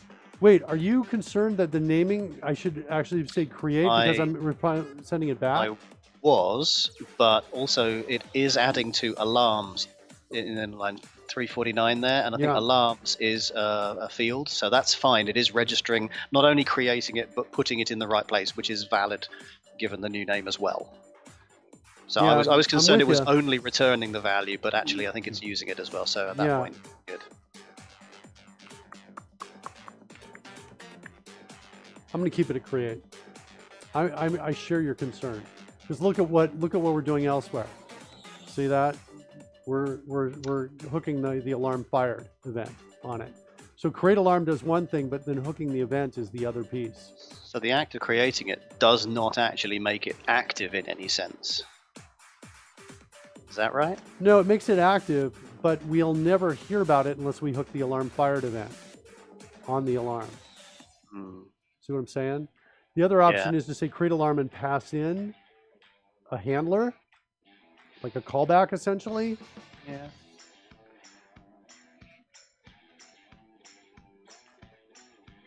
Which is another consideration, but I'm not a fan generally of doing that, passing in callback methods, unless in very specific situations where it really sweetly cleans up the code.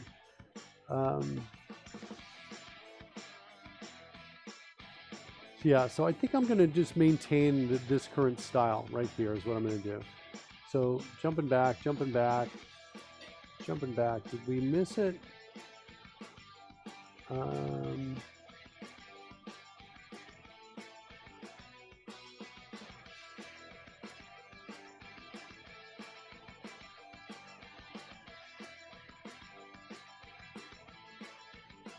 What's this right here? Duration? What is duration? Spell.duration action shortcut. I'm just curious, is this called a get time span in here?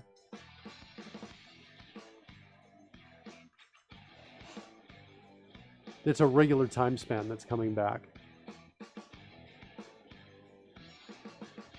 off of D&D time span. So this is the thing we were, I think, looking for to some degree here.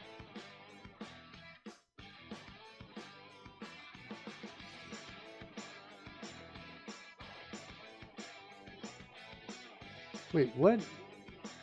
Likewise, got you guys, on the side monitor while playing a bit of modded Minecraft. Oh, okay, cool. Hi, Simon. Welcome, buddy. Simon. All right, Simon's here. Get time span is there.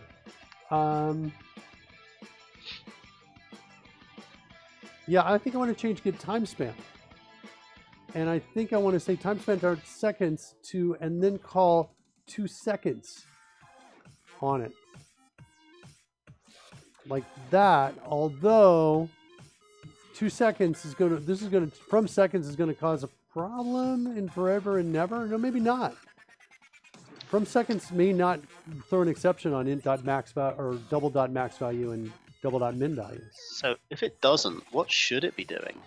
Well, it's just using those as numbers and then giving you a time span. Sure, but for the purposes of never and forever, haven't we effectively defined these are special numbers that should operate in a way outside of normal numbers? So the fact that they wouldn't be special in this scenario No, you're right. is a bit of a problem. You were right, Rory. Look at you kicking butt here. All right, so let's go get those special pieces here.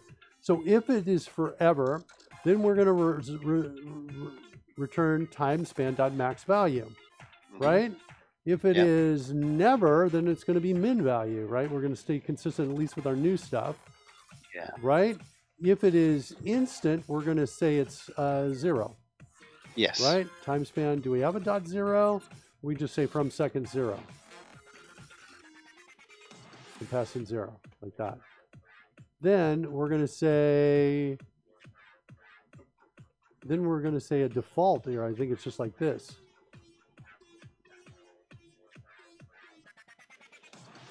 And I think it's that. Wait, if it's forever, we've got a timeout dot infinite time span. Oh, we want that. We're going to use that for forever. Okay? If you like this better, I like it a little bit better. I think that's good. Coverbeardy's talking to you. Lily Hazel's out there. Hey, Lily. How you doing? Welcome. We're like re-engineering old code. That's what we're doing. Kind of going in there, refactoring, taking a look at things, and setting it up so that a spell that takes time to cast will actually be cast at a later time. So dragging our code from the 21st century into the 21st century. Yeah, I was just going to say the same thing. All right, so we want to come in and say, do I have an option for game dot create alarm? I do.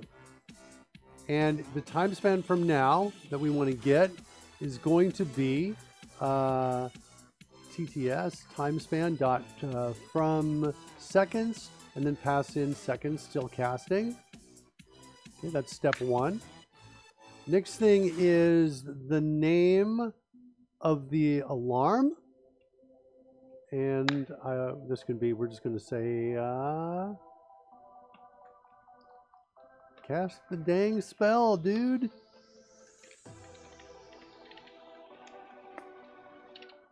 I don't know. What's next here? The player? I'm going to say null for this.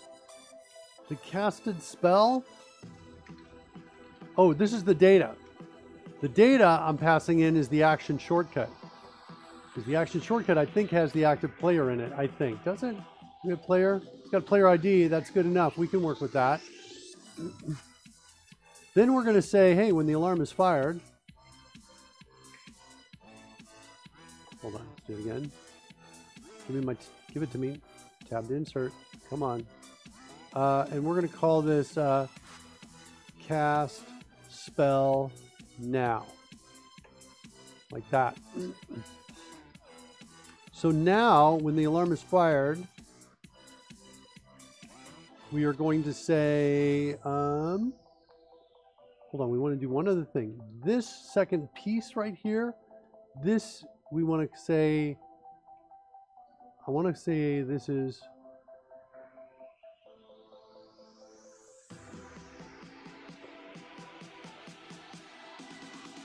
spellcaster is equal to player. I want to move this to here, and I want this to be extracted. If we're casting a spell later, I don't want to be messing with the text box that holds the damage dice. Check out the chat room, Roy. Tell me if I need to pay attention to what's going on in there. But I We want just got a bit of back and forth, but also Simon Gearing was also referencing the implicit conversion. I think maybe when we were doing the return various, I think it was a to seconds conversion to a time span. So the half suggestion is that although we have a method for doing that conversion, perhaps we could designate it as an implicit operation, or an implicit conversion to time span from, I guess, D&D time span. I'm with you. Let's do it here. So get time span is here. So I'm going to come in here and I'm going to type in op equals like this. Oops, sorry, not just op. Op equals. And we're going to say, we're going to get rid of int pointer. And we're going to change this to time span. Like that. So we've got implicit conversion to here. And what I'm going to do here is I'm going to say, hey, return object dot get time span, like that. And from a time span to here, this, I think we can say return D&D time span dot from seconds. Do I have that? Really? I'm sure I have something in here. You can't go new that though, can you? Oh, I'm sorry. Thanks, buddy. You found it. There it is. So we're going to say from seconds, and then we're going to just take our, I'll rename this from int to int pointer to something more interesting. Int pointer dot, code-based alpha says, I always find refactoring to be the most fun coding. I really enjoy refactoring, but I also like those working through large algorithms. You know, the success of reaching your way through iterations and recursive code, and then finally arriving at, and it works. The tests pass. Look at how awesome it is. Shoot, we have our from seconds takes an int. Oh. Right. So this is because it's a utility function rather than a thing that is acting on the object it's running from. It's a static function. Yeah, I think I can do this. Kill this one and only have one, and everything still works. I think is what we can do. So this is Simon Gearing's suggestion. Is that right? Yes, he was pointing at the use of the implicit and explicit operators. Right. For those who've never seen this before and are thinking, what on earth is this? It's kind of the setup that allows you to say, here is how you convert from type A to type B, so that you don't need to do it explicitly later on. So this is the same stuff kind of working under the hood that lets you assign from ints to doubles and stuff like that. Yeah. Because obviously it's the same under the hood kind of mechanic, different degree of granularity perhaps. Right. But, so here, create alarm needs a time span. I'm going to pass in casting time, which is a D&D time span instead, and it should still work. That should work now. Yeah. Which means I don't need this. Looks good. We might want to make a check to make sure we're getting, not negative numbers in here. Time span from now, there's possibilities for things to go really nasty, but under good data and with good data, this whole thing's going to work. Cast the spell now. That's what I think I'm going to call this. This doesn't matter because we're not using this. The player I don't care about. I'm not going to pass that in there. The action shortcut is going to be the data. That means inside here, we've got the ea.data. What? Oh, ea.alarm.data. There it is right there. So we're going to say, hey, if data is a player action shortcut, like that, then I want to say cast spell now that piece that's right down here that I just extracted this method right here, that's the thing that does all the work to cast the spell and pass in the shortcut. And who knows what kind of trouble we can get into. Like, what happens if a different player is active? Can we still cast it? I think we can. Is what I think it will happen. So that's kind of the idea. So the idea is we're going to bring up little cutie. The use case is she's going to cast Flying Steed. It's a 10-minute casting time. We're going to advance the game clock 10 minutes. And then we're going to, in that moment, we're looking for the spell to actually be cast. And when the spell is cast, we added a new on casting event for it, right up in here, that says play scene dh.sprinkles, which means we should see Sprinkles walk in 10 minutes. That's what we're hoping for. Let's build and see what we've got. See how much trouble we're in on the build.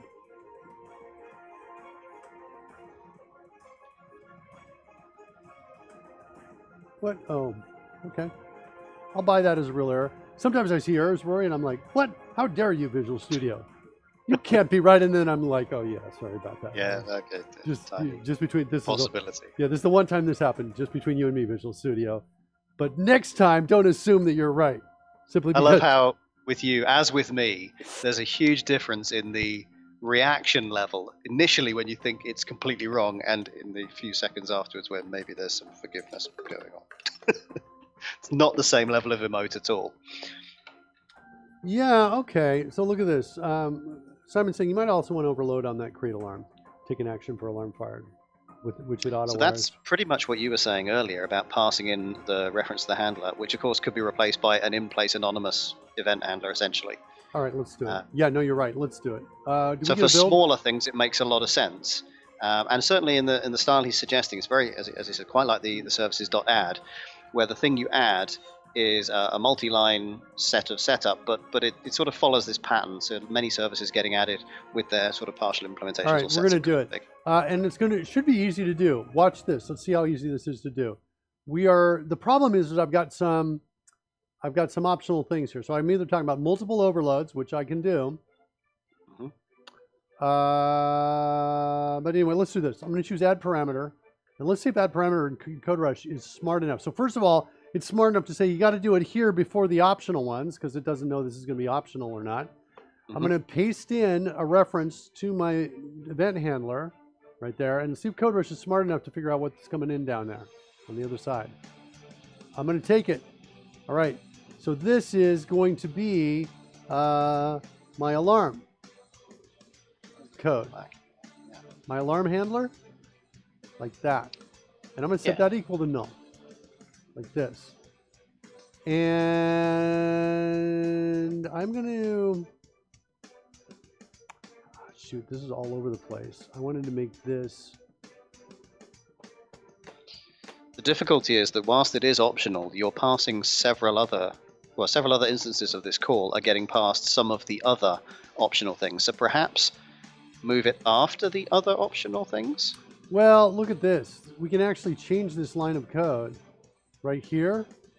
Get rid of this, and just pop that there. Right? Do the same thing here. True.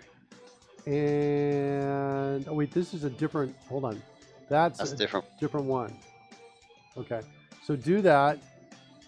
Is that the only other use of it? Create alarm, casting spell. You could do the same, nope, this is the same thing. Cast spell, no, that's our other one. Yeah, so we only have 2 instances of create alarm. 2 uses of it. Okay. So, all right, so if that's the case,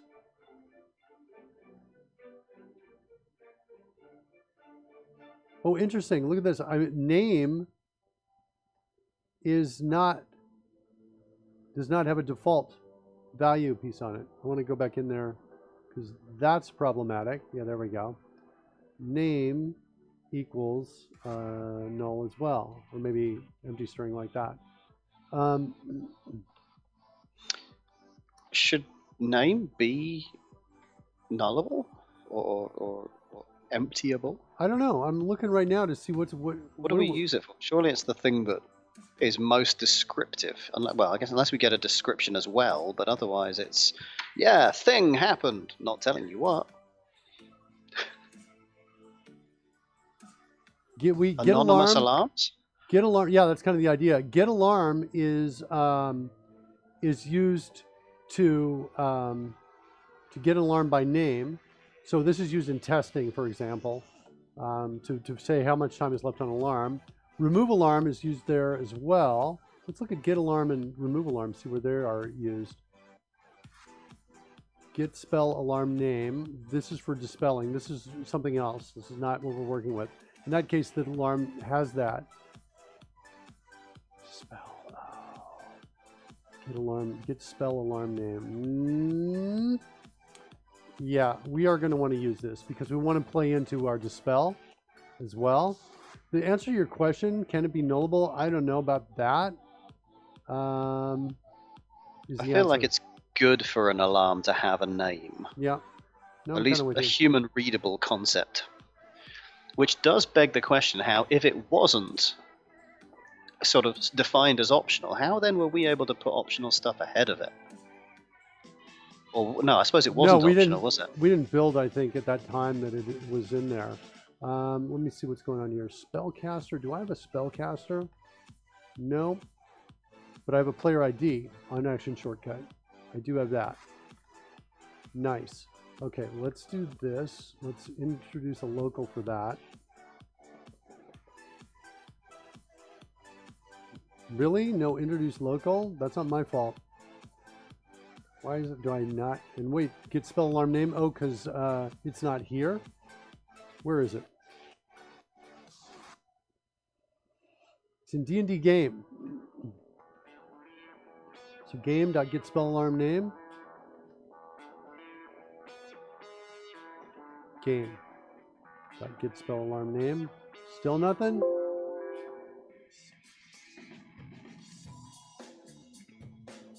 Is it lowercase game? And is it just private or something? Is that my deal? It's public. Oh, it's public. Got it. Okay. Spell alarm name. Now let's select everything. When I said not my fault, it was my personal fault. It actually was because code was code that didn't explain. Simon Gearing says, maybe you should have done a git commit before you started. Runs hides in a box in case it all goes wrong. I do what I want, Simon. I do what I want. Is perhaps missing the subtlety of the show, which is, well, what do we say? Brute force and ignorance and charge ahead? Yeah. We're riding right along the edge of the line. What are you talking about? Like checking code in? No. In fact, if it doesn't compile, I've got another thing that if I can't get a compile in like 10 minutes, it deletes all my code and just rewrites over the disk in just random data. That's the kind of show we're doing here. The fun of this show is digging ourselves out of the problems we create for ourselves. You do not understand, Simon Gearing. Nevertheless, also known as Mark and Rory, the cautionary tale. Yeah, that's right. It should also be the name of the show.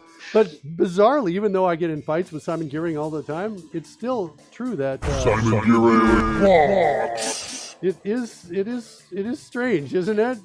That even though I'm in harsh disagreement, he's awesome. All right. So what do we got here? We are like, we got this. We got an alarm name we're passing in. Null and then the action shortcut. That's the data. I actually kind of want to reorganize these parameters. Wait, what's this? This is the player? Who else is calling create alarm? Let me look at that call. We're sending the player in there for sure. It's really only in these two places.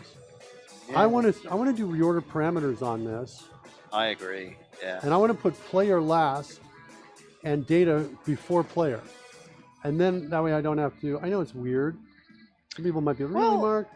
Just interesting. You're looking at reordering those. I was looking at everything else. So like create alarm. First thing is name. Second thing is when is it going to happen? And then third is what are we going to do, which is the event. All right, fine. Let's reorder parameters again. I'm going to move it to the left, but I'm now going to make it so it's required. Because you know. Yeah. Yeah. Rory is always, now I'm going to come in and I'm going to reorder parameters one more time. But this is the beauty of CodeRush, and particularly, in fairness, reorder parameters, is you don't have to get it right first time. You can get code that works, and then you can do this refactoring, and CodeRush will stop you from doing stupid things, like putting optional parameters before required parameters. Right. It will tell you, no, you can't do that. And then you fix that little issue, and then you move on, and it just guides you towards good code. Right. So, for example, here I can move this with the other, right? But when I go to from now, I can only move it to the left. I can't move it to the right, because to the right, I've got an initialized parameter right there. Yep. Coder says no. But if I hit the tab key, look at this. I can now do these right here together, move these all around, because those are all initialized parameters. Look at how freaking smart CodeRush is on this, right? There I can pretty damn good. Isn't it? All right, what's my order? Name, how much time from now, my action, right? My event handler for it, right? And then data, and then player. That's how I want to do it. Is that consistent with how you want to do it, Rory? That seems good. Yeah, I can see cases where data is optional and maybe not passed, and cases again where character. There are things that definitely have data, and there are things that have character, and there are things that have both. But I can't see any precedence particularly amongst those. So yeah. Okay. So here's my alarm right here, and now I want to say, hey, if my alarm handler is not null, then I want to say D&D alarm dot alarm fired plus equals alarm handler. And now we've implemented Simon Gearing's suggestion right there. Oh, what's wrong? What have I done wrong here? Okay, D&D time event handler. I can change that.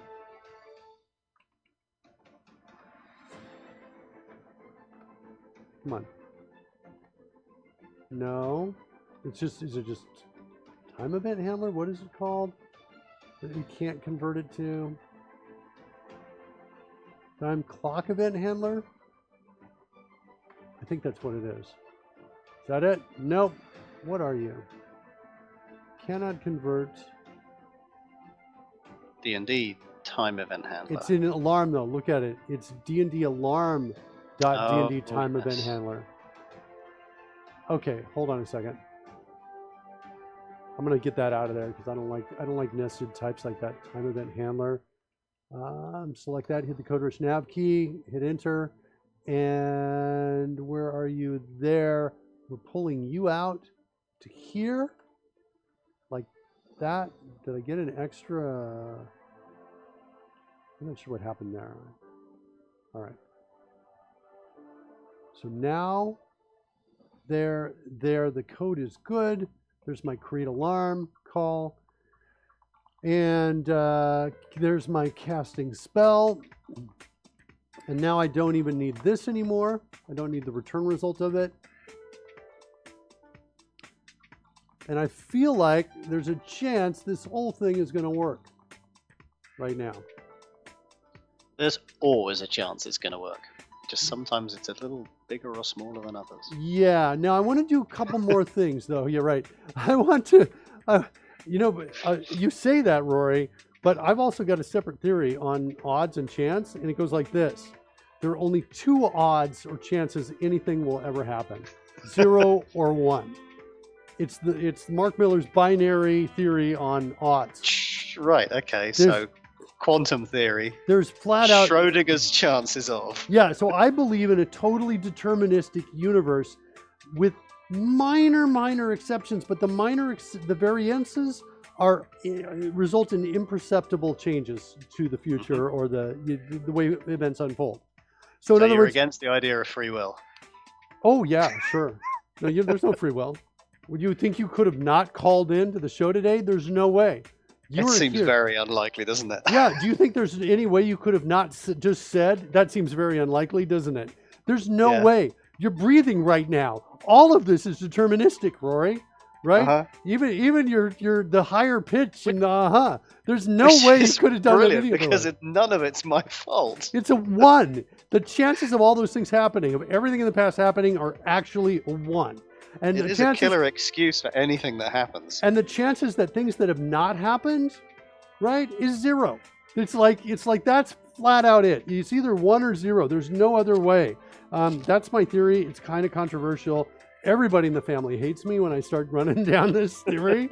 They hate me, Rory, you know? But the cool thing about it, you know, is like you don't look back and say, oh, that was a bad choice. It was the best choice you made at the time. There was no other way you could have made any choice different than that. And so you're like, look, every day I'm making the best choices I can. I actually have a very similar theory. My logic is I have to make a decision. How do I make the decision? Well, you consider everything you can think of and you make your decision. And you basically arrange reality so that you can look back on this moment and say, I did the best with the information at hand. And you don't regret what you did because at the time you did what you could do with the information at hand at the time. Yeah, of course. Right? And so you just, and the cool byproduct of this is forgiveness, self-forgiveness, right? Indeed. Instead of being like, you know, beating up on yourself because whatever, you're like, okay, you know what? That was the best thing I could have done. Absolutely. You know, even everybody else Life is like too short for beating up on yourself after the fact. Everybody else is like, you telling me that thing you did with that busload of nuns was the best thing you could have done? And the bison, right, running across the street, right? And the building's falling down. That was the best you had? I'm like, yeah, it's the best I could have done. Yep. All right. So anyway, I'm sorry, Roy, it sounds like you want to say something or no? No, that's fine. So I got some breakpoints. I got my cast spell now event. I don't know. I'm just playing around. I don't know what I'm doing. Let's just see if we can run and see what happens. Oh, I wanted to do one other thing. When the casting time is more than one action, right? And we're basically saying we're casting it, but now we have to wait for the casting to complete. Inside casting spell, I want to do this. Tell Dungeon Master that we are casting that spell. That the player, you know, whatever it is, we're going to say player name is casting spell name, whatever that is. We'll get these in a second. So for those not remembering, this feature is pretty much like PowerPoint's presenter mode, where you can see messages as Dungeon Master coming to you from the system that other people can't see. Right. And we can also tell, I haven't made really use of this yet, but there's another way to tell the players, the viewers, and that will go to a different chat window. But this is going to go definitely to is casting whatever, and then in whatever that time span is. Time span stir, like that. It's kind of what I want to do. So this will say like 10 minutes or whatever that is. And then let's put these pieces together here. So we need player name, and that's equal to, do I have I think game, get player from ID. We're going to pass in action shortcut, dot player ID. Whoops. Come on. Action shortcut, dot player ID. And then we're going to say dot first name. Do I got a first name in there? I do. Okay, so there's player name. The spell name is equal to action shortcut dot, come on, what? I feel like I'm hitting enter on that. Action shortcut dot spell dot name. Now a time span string. It's a little trickier, I think, but we'll see I think we can get it. Time span string is equal to action shortcut dot spell dot casting time string. Sweet, easier than I thought. Okay. What's going on with this alarm? No semicolon on the line above. There it is, right there. So we're going to say this is preparing to cast. Maybe you say that is preparing to cast this spell. Takes whatever 10 minutes, whatever hopefully is going to be there, like that. Yep. Okay. Then when the alarm comes off, we're going to now come in and do the same kind of thing, and we're going to say this. We're going to say, let's rename player action shortcut that just action shortcut. And we're going to say is now casting. Casting whatever that is, and we don't need the time span string on it, like that. Boom. Nice. Let's run it. See what happens. I'm going to bring up the Dungeon Master chat window here.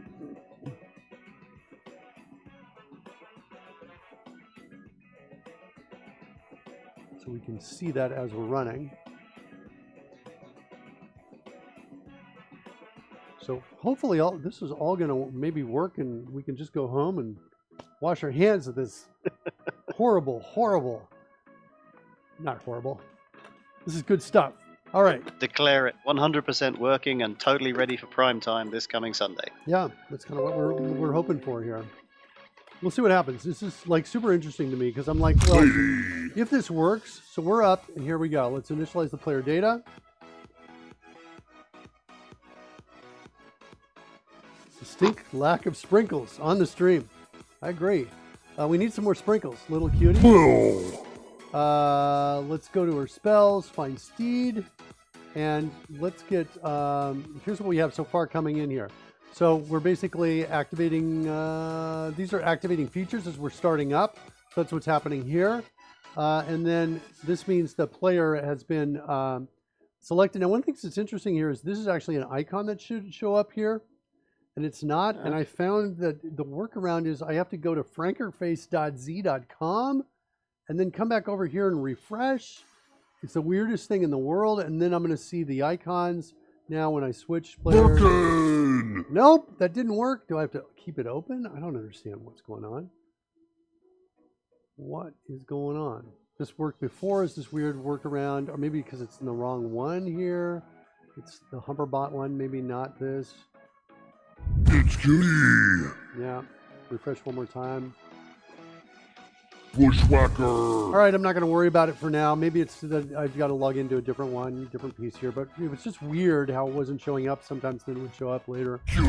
I don't get it. All right, so anyway, cutie, let's do find Steed. We should get to a breakpoint. Oh, cool. Not yet, actually. So here's find Steed. Then we're going to click cast spell. And now let's go down and see how the code works here. So, and we're going to do a test close here. Let me do that. So we close that up. All right. Death Knight. What's a battle unicorn? Aren't unicorns pacifists? Wait till you see our battle unicorn, Death Knight. If their D&C sessions are anything like the ones we had when I was a kid, it's like 1% gaming and 99% goofing up and trying to get people back on task. Yeah, Isn't that what D&D stands for? That's exactly what it stands for. All right, so here we go. We want to check first, is our implicit conversion working, right? Implicit, not implicit conversion, sorry. Our operator overload, is it working? Here we go. So if I hit F10 on that, it looks like yes, the casting time is greater than one action. Let's go look at that. What's our casting time? We'll find that out, I guess, as we come in. Casting time should be 10 minutes. Yep, there it is. 10 minutes. Okay, that looks good. And get the player name. It's Lil. Not Lil Cutie, but just Lil. Okay. Her first name is Lil. First name? Yeah. Last name? Makes Cutie. sense. Yeah, I guess you're right. The name's Cutie. Lil Cutie. All right, spell name should be find License Steed. to ride battle unicorns. It is. I'm going to turn on CodeRush's debug visualizer here so we can see the values as we come down through them. Lil is preparing to cast Find Seed. Takes 10 minutes. Look at this, by the way, kids. Look at this. Are you loving this or what? This is CodeRush. That is nice. Right? CodeRush is changing the color, in case these are back-to-back, of the values that are being evaluated here. Right? This is CodeRush's debug visualizer. I should be able to hit Alt down and then drill in to the different pieces here and see them there. You can see those pieces there showing up right there, and I can go through all of those like that.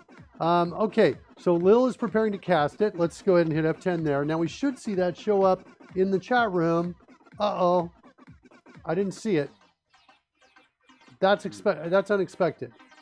I Yeah. wonder why that is. I wonder if I need to run or something, if there's something else going on. I don't know. There's my alarm name, end spell find seed, create the alarm, and go. Okay, so now let's go back and check. Here it is. It did show up. Okay, casting time takes 10 minutes. All right, the clock is down there. So 12:01 game time is when that was cast. Let's advance the clock by a few minutes. And let's do it in a way where we can see this, and we should get a breakpoint. So I've done it to 12:03, 4, 5, 6, 7, 8, 9. Boom. Now we're in cast spell now. That seems like, hold on, 8? Seems like You it's were 8 minutes, not 10. seconds different though. You were only a couple seconds in, and we may have been there already when the cast happened. That's right, and we were in the breakpoint. Yeah, I think that might have been the case. So we'll double check this without a breakpoint. Is what we'll do. But in any case, now the alarm has fired. Yes. And we are now going to react to it. Yeah. So we're gonna check to see if the data is a shortcut. It is. We're gonna come in here, grab the player name. Look, little cutie, find steed. Now tell the dungeon master, and then we're calling cast spell now. I'm going to clear this breakpoint because that code seems to work. Now we're in cast spell now down in here. Is it going to work? And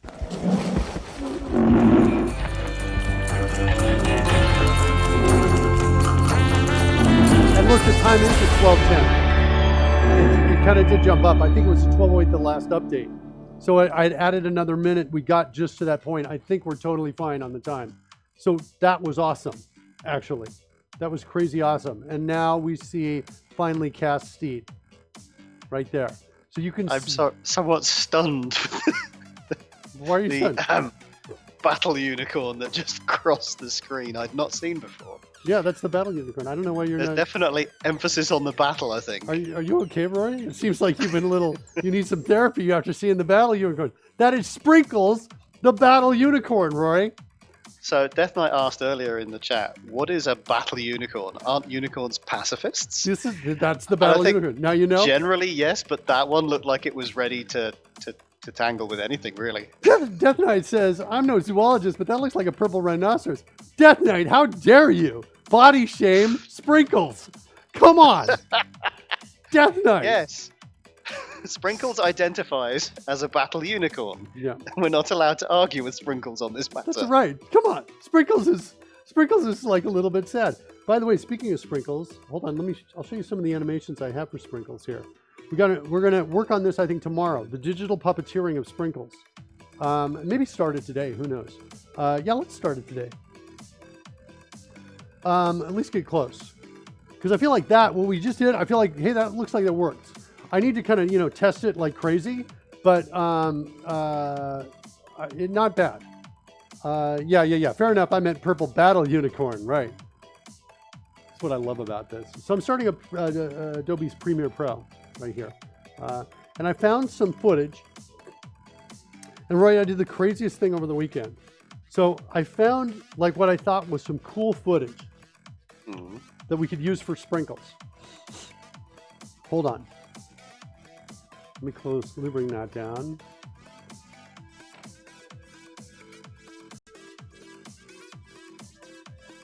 Oh, geez. Adobe wants me to sign in. They're always making me sign in. They used to be so sweet. They would just remember me. And now they The other thing I don't like is they do this. They're signing in. You're all set. You can close this, but if I immediately close this the minute it says you're all set, it comes back and says, you're not set. We didn't get that. All right, so here we go. Let's see. This is the Sprinkles entrance sequence right here, right there. So there's that. But I have, here we go. This is my D section right here. I've got different animations. So I'll just play this one here. So here's idle. And what I did is yeah, this is actually going to be kind of fun to work on this because we'll be working on something new. So here's idle right here. Oh, by the way, here's the big-eyed version of it right here with the, see that big eye right there? Yeah. That's the, here's the normal eye, and then there's the big anime eye. I even made the anime reflections in that eye. So I basically got a bunch of animations of a rhinoceros. I separated the horn from the body. by cropping it out and animating the crop right here. So here's the horn. I've turned it red like I do for just about everything because now I can adjust the hue using our game engine so I can have the hue change. Okay. I also created a particle effect right here. It's a little slow in Premiere to play this, but here's what it looks like. Yeah, it's slow and clunky. Isn't that funny? Our animation engine, Rory, is less clunky than Adobe Premiere. It's gonna and also manages to render things quicker than Skype as well. Skype is having quite the trouble with your video. Really, right now? All right. Well, I'm going to shut all this down in a second. I'm sorry about that. But basically, there's a little burst, and so this is going to fall. This falls under the category of digital puppeteering, right? Fred is one of these digital puppets, right? Sure. Fred, I can come in here and I can say, hey, thumbs up for Fred, and Fred will give us a thumbs up. I don't know if you were here or not, Rory, when I said this, or you heard me say this earlier, but we recorded like about 10 to 20 new hand signals for Fred. So, so Fred is going to have a lot of things he can do, and this guy's going to have some things he can do. What I like about this guy is he's big. He's a big puppet. So he's going to come in over to the side over here near Little Cutie. So Little Cutie sits next to me. He's normally going to be behind Little Cutie, but he's going to be able to also back up, come back on screen in front of Little Cutie and just start eating.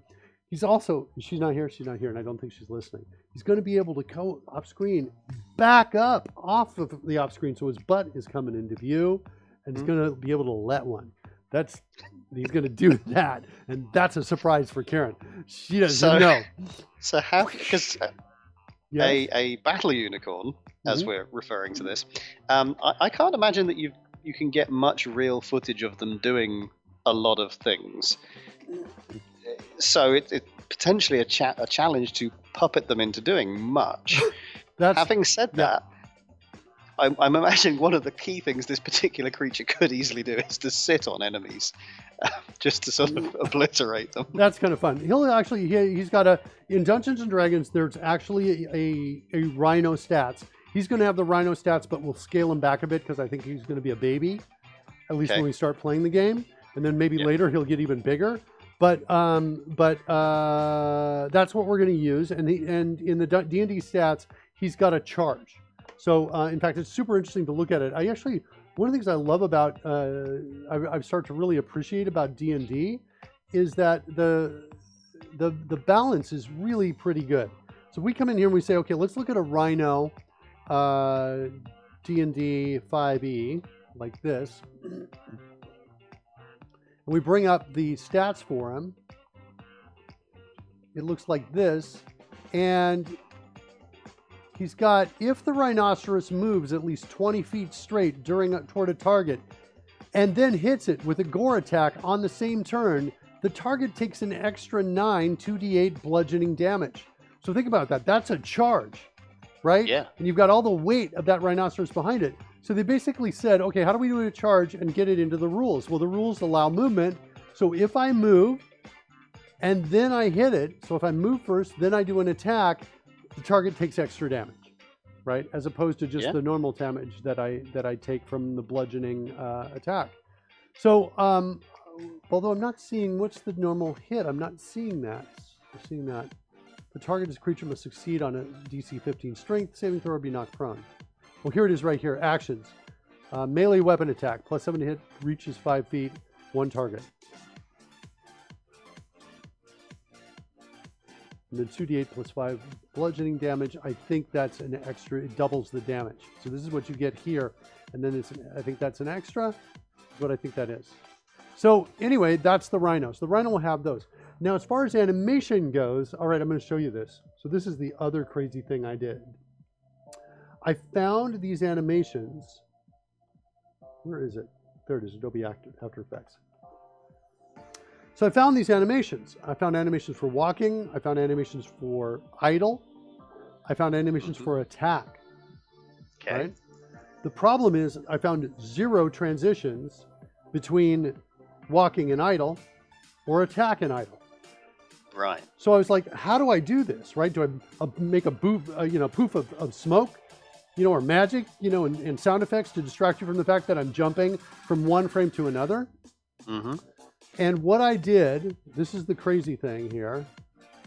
I'll show you, is I took the rhino and I broke the rhino into pieces and I individually animated and warped my transition between walking and attacking or whatever those pieces were.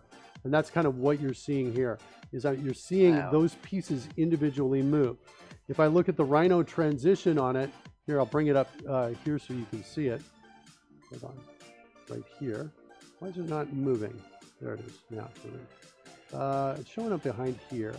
Let me switch screens here for this. So there we go. So you can see here, I've got each one of these individual pieces. These pieces are moving along here. I've got the back leg near us and the back leg far away and the head, and all of these pieces are animated and moving, and it actually works out pretty good. So it gets me like 16 frames of animation to do the transition. And guess what? I'm still going to put up a poof of smoke or something when he does this. I'm going to do something like that. So I've got the battle rhino. I've got the animations. Just before the show, I exported 2 of these animations out. Let me go find those right now. But now one of the things I always had to do, and I'm not doing it this time because I'm going to write a program that does this instead. But I had to go, anytime I did an animation, I had to go in and kind of estimate the size of it and crop it till it finally came out. And then for something like this, where I have the horn over the rhino, the horn, the size of it would be the same as the rhino. And I just overlay the 2 on top of each other. Because I didn't, it was too hard to calculate and figure out, make the horn animation just as big as the horn, and then figure out where to put it. What I'm going to do is write. So what you've got is an empty space the same size as a rhino with just the horn piece in it. Yeah, that's what and the rectangles line up perfectly. Yeah, and so there's a way. It's a stress on the machine, because the machine is now opening up like 50 or 100 or 120 or 250 large animations just to animate the horn. And I decided, you know what, this is a big creature, and if I don't cut it, in other words, because I could also cut this in half and have it, once it shows up, it only shows up halfway through the side, right? And then also make a separate half version for the rear end when it comes in. But by the way, when it lets one, it's going to be sprinkle. It's going to sprinkle out on top of the players. We're just going to be like, what the, like this. It's going to be so much fun. People are going to be like, what the? What I also love, though, I love surprising the players so they don't know what's coming, because it's often funnier and you get a much better, more natural reaction. So that's what we used to do this all the time on Mondays. The comedy podcast Karen and I and Richard Campbell and Carl Franklin would do. Yep. We would prepare our bits without telling each other. And so everybody would get to hear the bits for the first time as we recorded. So it was really fun to do. So I got a bunch of animations for this guy, and what I want to do is build a tool that figures out, and I've already kind of gotten close to it. You saw me use this for the characters, where it goes through all the animations and it crops them. So what I want to do is I want to send out a 1920 by 1080 animation is what I want to do. Yeah, rainbow sprinkles, of course. Mm-hmm. What app did I use for the animation? Asked Death Knight. So for this, well, I used for my custom animations, I used a couple apps. I used Corel Paint Shop Pro to cut the pieces of the legs and build those. And then I used After Effects to animate the joints and to move them, and to move them so it ended one scene and got into another by both moving, rotating, and morphing individual parts. And in general, it looks pretty good. I'll show you actually one of those transitions. Here it is right here, going from idle to walking. Right, like that. That looked like there was something wrong with it. Hold on, let me go through these one frame at a time. So here we go. We're going to, so here's the step, going forward, moving, and then he should match up right here. Oh yeah, it matched up. I think it was just, it looked bad because Premiere couldn't keep up with it. But it's like that. So that's the transmission there. Here's a transition from being in attack mode to, and so I haven't colorized this yet, but there's a transition to just being still. So that's kind of what's going on there. There's the transition animation right there. So that's what I built, where the head's moving, the legs moving, that sort of thing. Not bad. Yeah, so it's not bad. It's better than the jump. I promise you. When the jump just occurs, you're like, oh yeah, no, please, right? So I've got a bunch of these in here. I've got and to be fair, I only have one idle. So in order to make it look different, I added the ability for the horn to change colors over time. So we're going to change our engine so we can animate a hue shift over time if it doesn't support it. I think it might already, but if it doesn't, we'll add that. We're going to also add the ability for the player, for any of the players, the real life players, to hit a button on their stream decks to shoot out a color that matches whatever the color of his horn is at that time. So we're going to do that tomorrow and the next day. Today, what I think I'm going to work on is the tool that takes all of that animation that we built and put out there. Let me go get that animation. I think we're out here. Hold on, let me open this folder. This looks right. So here we go. I sent out a whole bunch of idle bodies, and these are giant. They're 1920 by 1080. There's no way our engine maxes out in terms of its ability to smoothly animate at about the size of this Rhino. So I'm like, okay, we're pushing the limits that we put it in. In some ways, I'm R&Ding this right now. But because I'm R&Ding this, I want to create a tool that can look at every single idle body animation, find out what the common safe area is for cropping, and then crop every single one of these. By the way, I've got 200 of those 1920 by 1080 images. So it's going to take a little bit of time to go through this, right? But the cool thing is check out the horn, right? The horn doesn't move a whole lot during this time, right? And because that horn doesn't move, I'm going to close down Adobe Premiere, by the way. Close that down. And just so we're cleaning stuff up here. Because the horn doesn't move around, the tool should get me something nice and small so my horn doesn't cost a lot, right? And it's now the only thing the tool's got to do is it's got to be able to map the relative position of the cropping. It needs to store the upper left corner of where the crop is on here, the horn, and on the body. And from the two of those, we'll determine a delta. And from the delta, we'll be able to figure out whatever origin point we use for this, we'll add the delta to the horn, and everything should line up. That's the map. So let me ask you, have you actually, is this a prediction that the large images with small amount of content are a problem, or have you seen it be a problem? Because I've seen it. I can imagine the PNG, which is mostly transparent pixels and therefore no effort to physically put on screen, is possibly easier to work with than a similar large image which has a lot of content in it. Equally, it might have a reduced memory footprint. Can you say that one more time? Say that one more time, Ray? So we've got an almost entirely transparent PNG with a small amount of content in it. Right. And I can imagine circumstances under which that might occupy less memory than a similar image that was full of content, and equally require less effort to put on screen. So I was wondering if it actually is going to cost the effort that you're predicting it would. Oh, I think it will be, and I think it will in well, you know, you might be right, but I think it will, and I think it will also in terms of load time. But if we use PN, but it's also interesting though, right? If we were to use, let's do a before and after test, and we'll kind of get a sense of what the impact might be. So I'm going to take PNG Gauntlet, and I'm going to run it and throw one of these horns at it. Okay, we'll take horn 0, the first one. Okay, we'll do that. We'll choose Optimize. That's the other thing, is I got to run PNG Gauntlet on this. This whole thing, this whole setup is one of these where I just hit it and I walk away from the machine. Yep. Because it's going to take some time. I'm a little nervous about live running the tool on all of these idle bodies here. Because the tool, while it's faster than PNG Gauntlet, generally per running through all of these to crop, it is still, with 200 images that big, I think it's going to be, I don't know. I think it'll take some time. We could be wrong, but it could be one of those misunderstandings of what really is taking the time, because another way of looking at it is it doesn't have to search far before it finds that first pixel, right?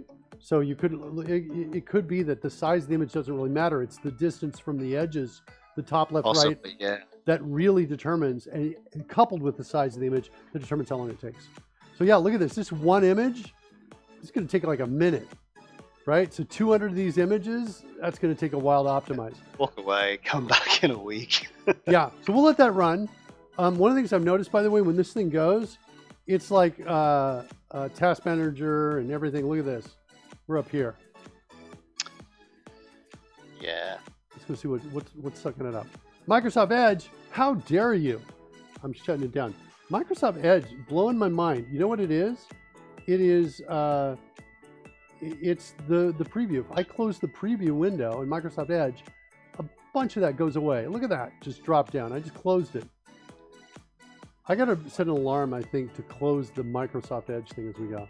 Also, why is this thing, why are you still here? I don't have Razor anymore. It's like, it makes me mad sometimes. Also, I want to like kill a bunch of these things. I want to have a button like Scott Hanselman does that just shuts down all these non-essential processes. Yeah. But there, PNG Gauntlet right up there. It says, I'll take 10. I'll take 10%. You got CPU, I'm taking it. All right. So that's running. We're about halfway done. We'll see what the end result is, and then we'll compare it with our small version, and we'll answer that question. All right. So next, now I want to crop. Is what I want to do. I've got an app called the Monster Asset Builder that's built to crop. And what I think I want to do is modify this in some way. Now this is expecting a very specific set of files to crop. I think I want to create a new app, and here's what I want to do. Add new project, and it's going to be a it's not WPF, it's WinForms. Windows Forms app is what it is. Because I need, and I want to build it similar to this one right here. The Creature Assets Builder. I want to do that because at least the way it's drawing and things like this. This is going to be called the PNG Cropper, the Animation Cropper. Animation Cropper is what I think it's going to be called. That's what I think. Create. And I'm not sure how far we're going to get on here. I want to get a menu on this. Guess who hasn't built a menu on WinForms in like for years? Toolbox, menu. That's a long time ago for me too. A menu strip. Type here. Nice discoverability. Okay, cool. So we're going to say file. Is it going to be open? It's going to be select animation, I think. Oh, come on. I should be able to type here. I just hit enter. Do I have to hit tab? No. I have to click on it. What is going on? I have to. It says type here. I'm hitting keys. Nothing's happening. I have to click, and that's wrong. I should have been able to just give. It should have given me focus there, I think. So we're going to say, is it really open?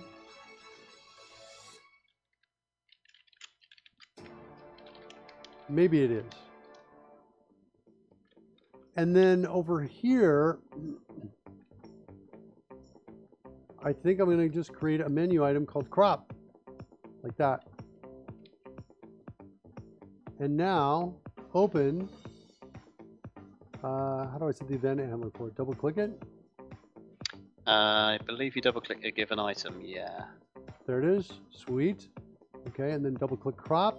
And there we go. Got those two. Good. Then let's go back over here into the Monster Asset Builder and view the code. And oh, I'm not ever using a file open thing here. Okay, so I need a file open dialog, which I totally don't remember how to do. Is it a tool? I think there's a drop on component, yeah. Open file dialog. Boom. And what are my properties for that thing? F4 to bring up properties. Let's bring these over here. Yeah, you were asking me if I noticed the animation. I noticed it in this animation. Like if I were like to do this and go like this, like that. These big giant animations like this. And so what I ended up doing, oh geez, you know, it's all right, don't worry, because I didn't give blood today, and I've just got a lot of extra. It's like, okay. Stay away from the screen though, kids. I might have COVID-19. There we go. Fred knows that's how you defend. He doesn't need a breathing mask. He just needs a shield. Right, Fred? Hold on, I'm taking forever to click to the button. There you go. Right. He says right. Okay. Why not do it as a CLI app? Says Simon Gearing. What's CLI? Not safe Online interface. for Code Rush. What'd you give me? Console app. Okay. No, it says Don't not don't safe. click on that. Okay, don't click Not on yet. that. Don't No. click it. All right, fine. All right, so properties over here. The folder I want to get to, I want to come out into here by default, because this is like where most of my work is going to be now going. So file name, is there a default folder? Initial directory. So we'll do that.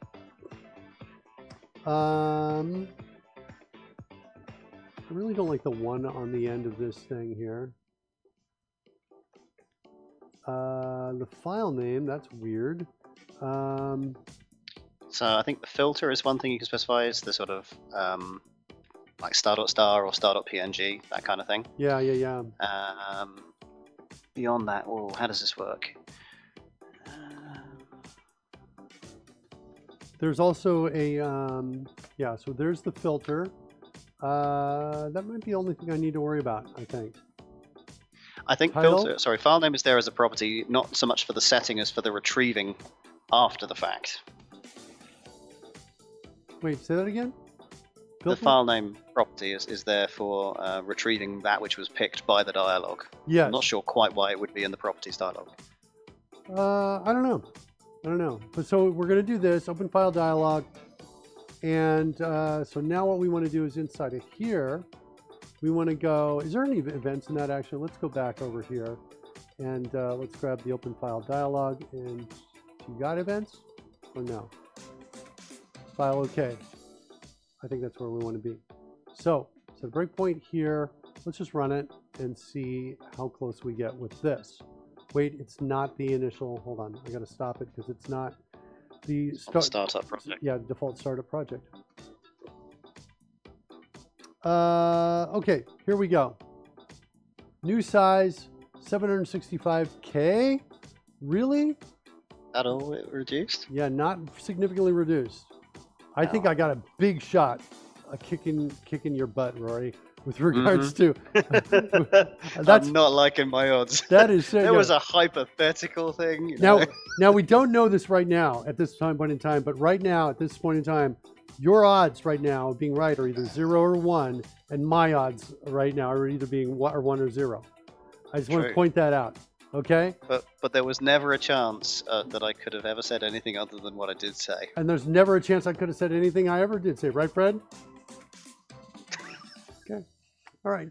So we're going to keep that in mind, and we're going to remember that 765. I think I may take a screenshot of that and paste that into an image app just in case. Let me do that now. Screenshot, paste, and where's my brush? Here, and there, and Just for a small amount of emphasis. Now, you'll note that what I actually said was there's this chance that because PNG doesn't have to do very much, that it won't do very much. We could deduce that this is guys who coded PNG maybe didn't do things as well as they could.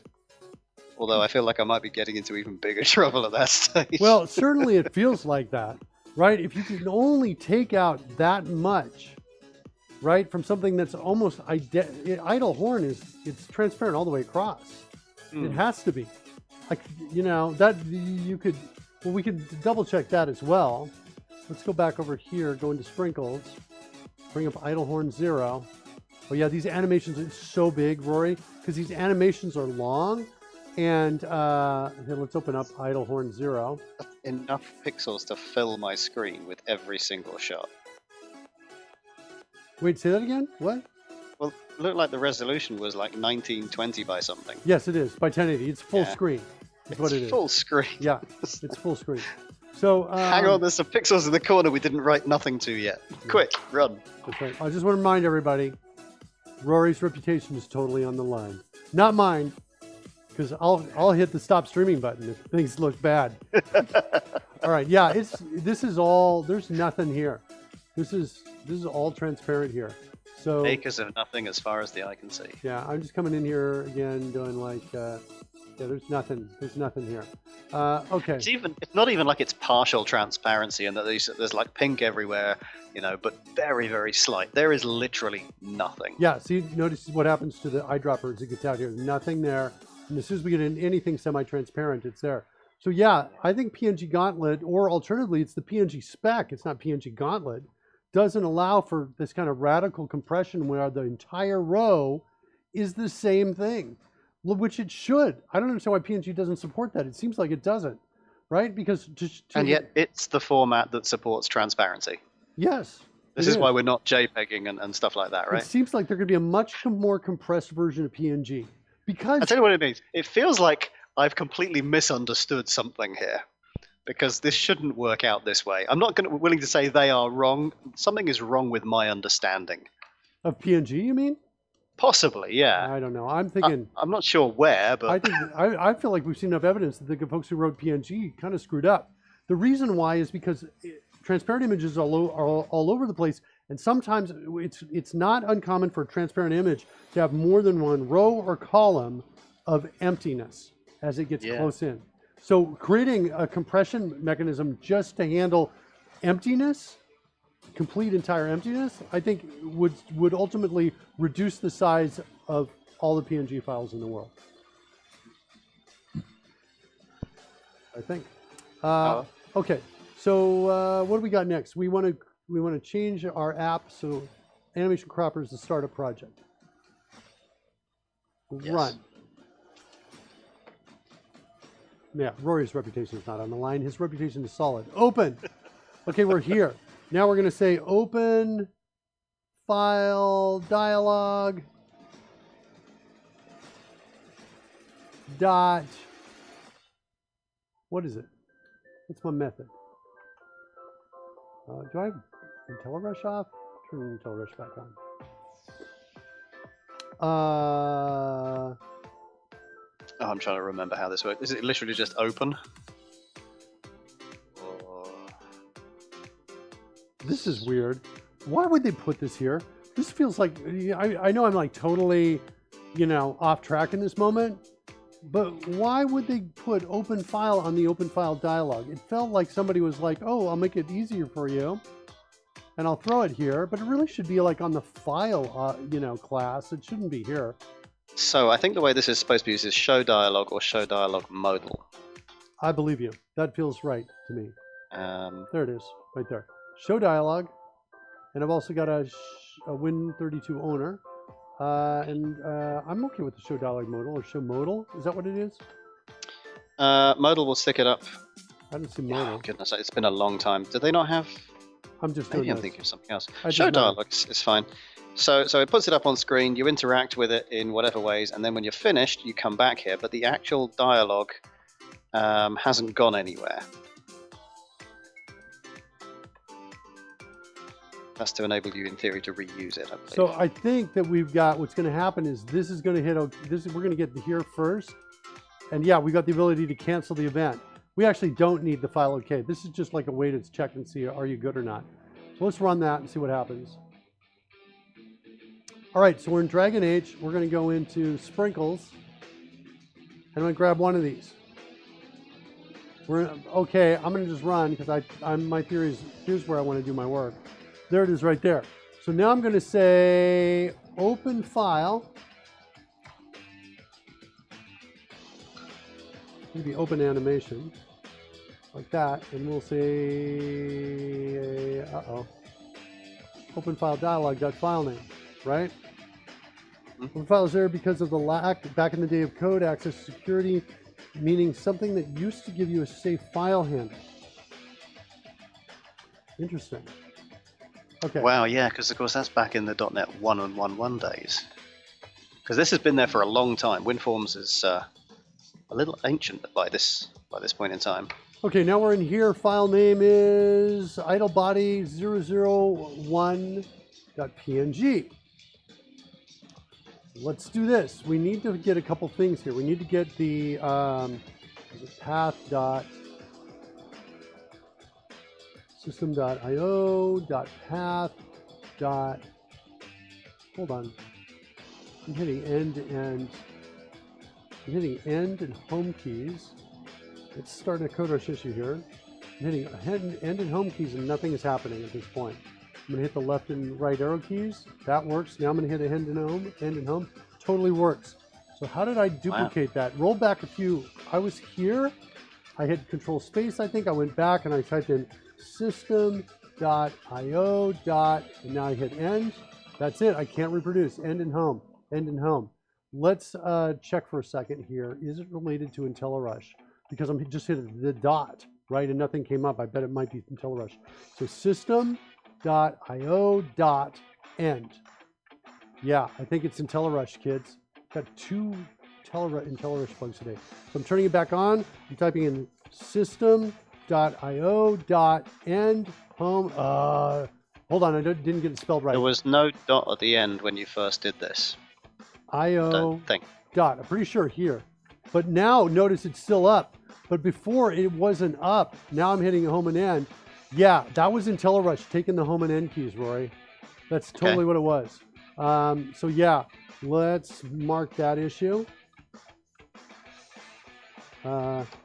IntelliRush taking home and end keys not visible for, yeah, maybe respond to this, Rory. Just add a note that it wasn't visible, but I guess they'll be able to hear me say this as well. Yeah, so that was it. IntelliRush was up. System.io and then oops, I moved the arrow keys here. Hold on a second. Let me do a paste. Home and end. Yeah, it's all working now. All right. Path. Yeah, having again a problem with it coming up. If we turn it off and turn it back on, is that going to work? Turn it off. Yeah, look at that. Yeah, so definitely some problems with it. There's a state issue with IntelliRush. Make sure we get into that. All right, so I want to call get directory name on file name, and I want to save that out to my directory name. Let's execute that line of code and see what we get back. So cool, we're in the sprinkles folder. I want to go get the base file name only, I think is what it is. Get file name without extension. That's what I want to do on file name. And let's declare local there. We're going to call it base file name, like that. And let's execute that line of code right there. And base file name is idlebody001. Now I want to, what do I do? New character array, call it numbers. Let's do this and say 0, 1. There may be a better way to do this. I don't want to use regex. 3, 4, and pass this to a trim is what I'm going to do. 6, 7, 8, and 9. There should be a facility somewhere in CodeRush to let you generate that sequence, don't you think? Well, maybe there is. Hold on. I'm betting you can. Are you like already? I think there is, Mark. I think that's possibly. Just for those trying to recreate this at home, there's a better way. 2 things. Roy, you're awesome. You're flat out awesome. 3 things, I think. 2, why didn't I think of that? 3, developers, holy cow, good job, guys. Look at that. I almost said a bad word. This is a family show, kid friendly. So we're not saying any bad words on this show. Holy cow, developers are thinking. So do you see what I did there, kids? I set up the pattern first. I selected the part I want to duplicate. So I get 0 and 1. I hit Shift Enter, and it comes in. I got your 2, and only the 2 is selected, so I can replace it with something else if I wanted to, right? Yep. And now I Shift Enter again. Watch what happens if I change this to a 4. Shift Enter. Look at that. Watch what happens. There we go. What if I change this to an 8? Watch this. Oh, I thought it was Add going to go 4. to 16. It adds Add 4. 4 is a perfectly reasonable Yeah. All right. pattern. It's not bad. But anyway, we're going to go 3. And then here, let's get back to where we were here. And we're going to build this real fast. So yeah, you're right, Rory. It should be a feature in CodeRush that allows you to generate quickly. And guess what? There is. Yep. So I'm hitting Shift Enter here to get them all the way out. All right. So there's my numbers. Now I want to say, let's create a new one here. Call this root name equals base file name dot trim, and we're going to pass in the numbers like that. Trim end. Is that fair? Is that what it is? Trim end? Yeah, numbers. So let's execute this line of code. What do we get? Oh, it was numbers. Numbers wasn't initialized. Ah, fair play. Okay, and there it is. Idle body. Cool. Excellent. So now we've got a root. Now we got to get all the files that start with that. So I forget how to do it. It's probably it's either systemio.path or systemio.file. So get files. Whoops. Is there a get files in here? Nope. I don't see it. So I'm going to go quickly to file. Get. No, it's in directory, isn't it? Who did this? Who gave me a path and a directory? But all right, fine. I'm all right. I hope that a lot of people were talking about it.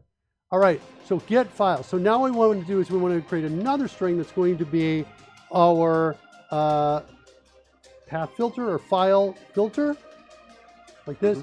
And that's going to be system.io.path.combine. Combine, oh, path, sorry. Combine. So we are going to pass in the directory name, the base file name,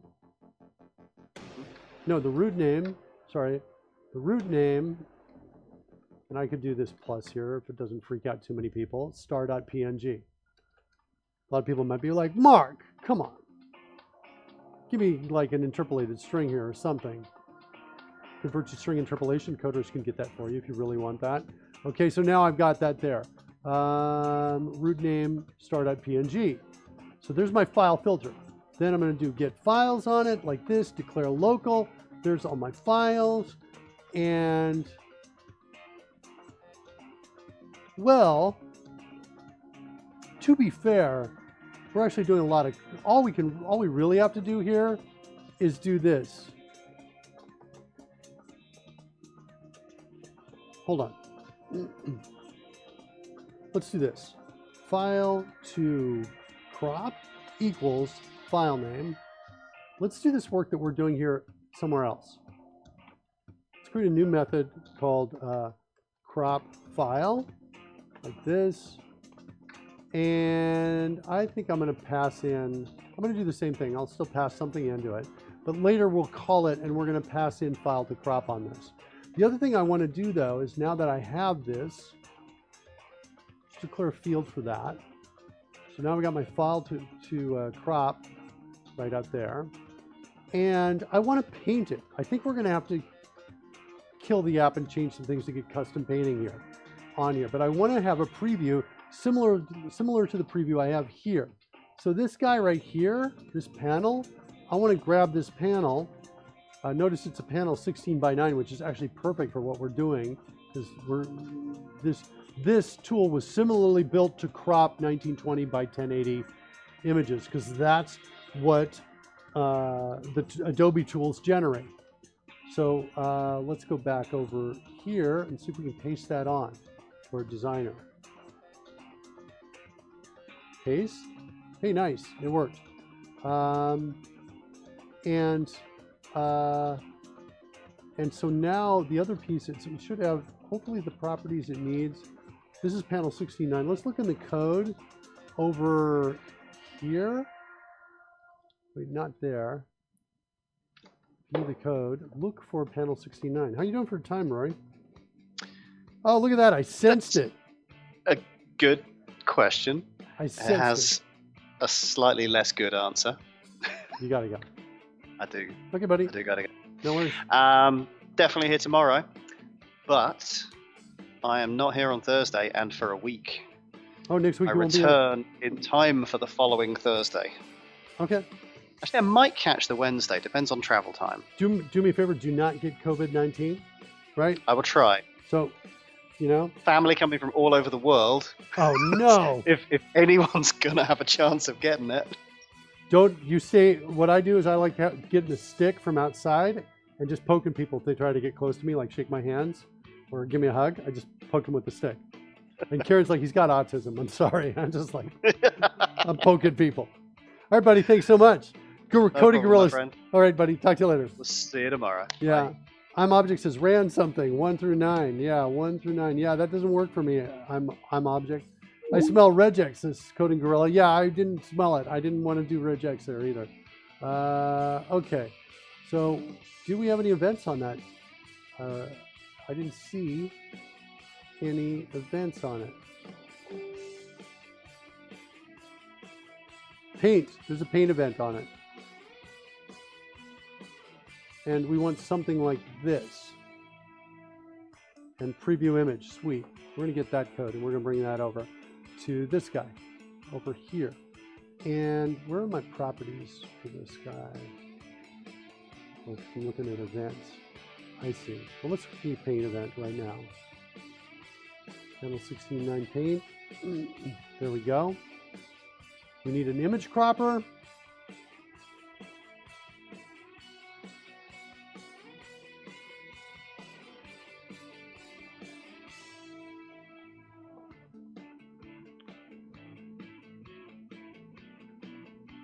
And I'm not setting the target folder for this.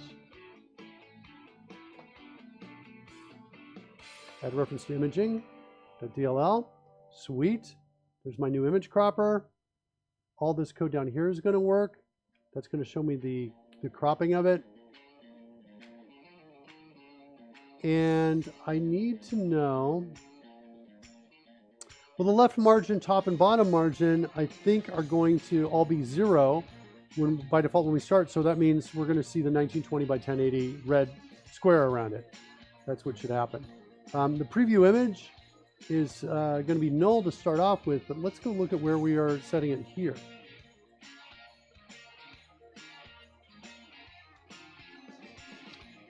Here's where this bit of code could make sense here as well.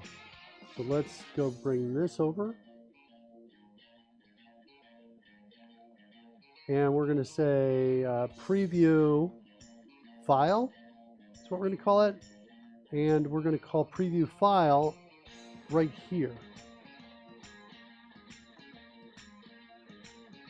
Like that. So there's our preview file. So if we run that, we should at least see the image.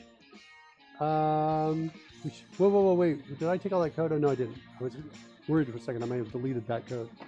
Okay. So here we go. File, open. Clear the breakpoint. Get into sprinkles. Grab idle body 11. Okay, here we go. We're going to set that, and we're going to call preview file. I'm just going to run it. You got a breakpoint on crop. No, we're not seeing the image. Why not?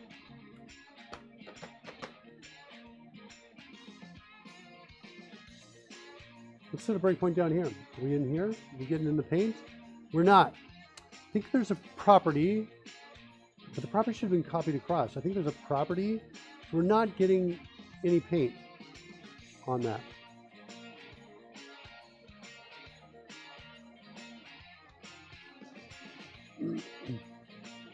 Let's go back over.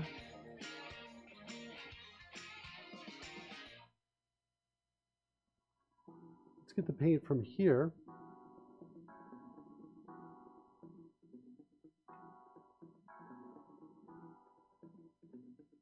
Yeah, these are the only properties set here.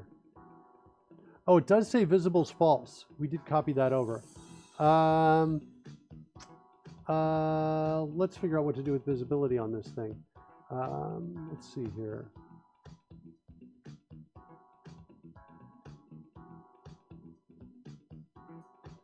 Let's do, let's set it to visibility here. Here, let's do this. We'll come in there, we'll come back over here, file, open,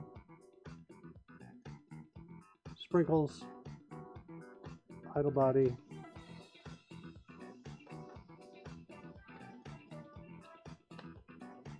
There's another thing I want to do too.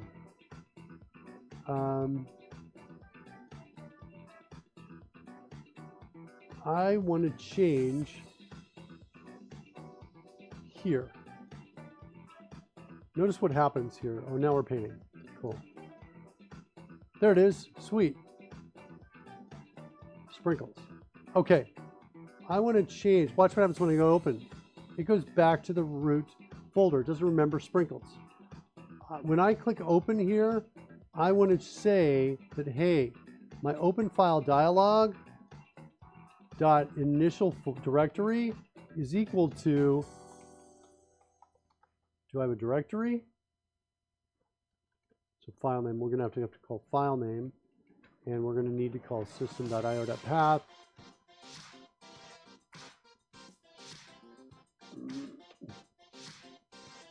Dot get directory name of the file name. So now we come down here, initial directory, which ends in Dragon H, should end after we execute it in sprinkles. Perfect. So good. So now it'll remember it. Now preview file, we can clear that breakpoint. And now if we come in one more time to open, it should go to sprinkles. Perfect. That's what we want. Now if I click on crop, and we're here, now I want to call crop file.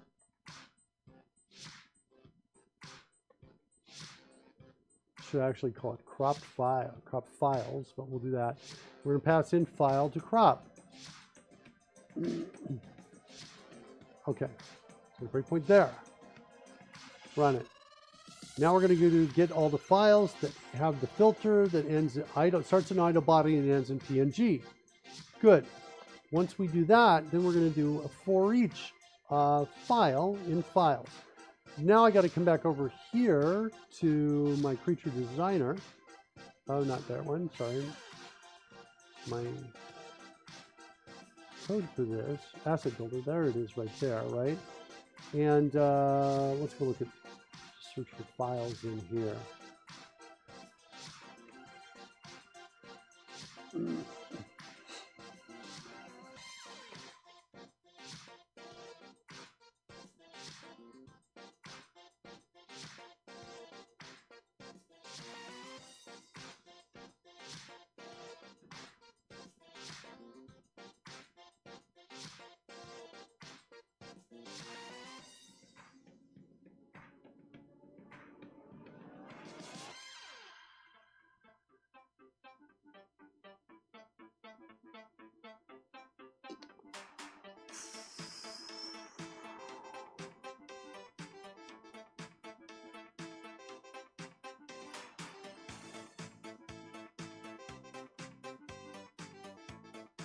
So crop images here.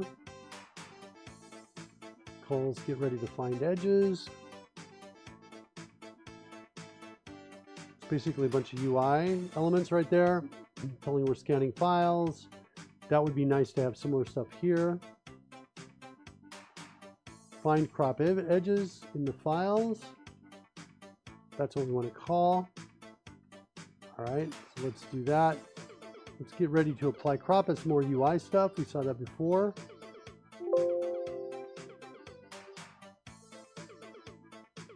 Apply crop.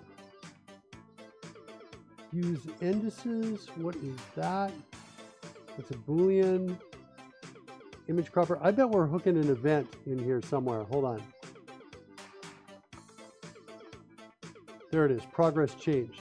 Image cropper progress changed. Show scan progress. Image cropper scan %.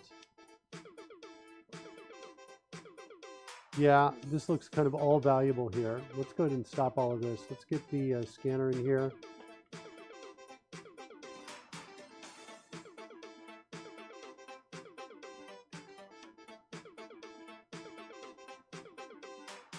Scanning files.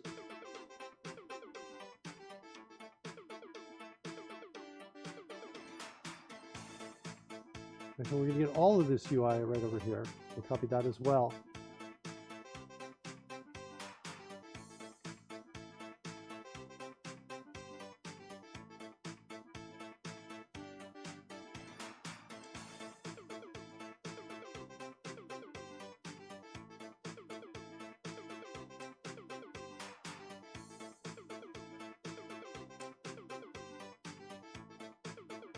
Okay.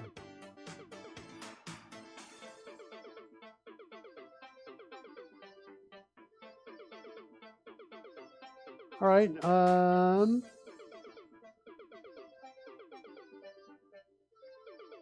Let's change the properties of the form here.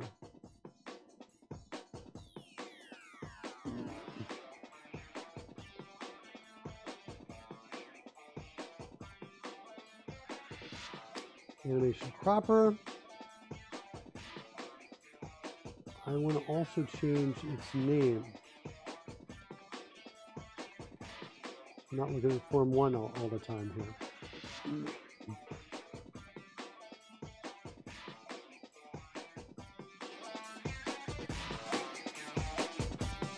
Okay, let's build.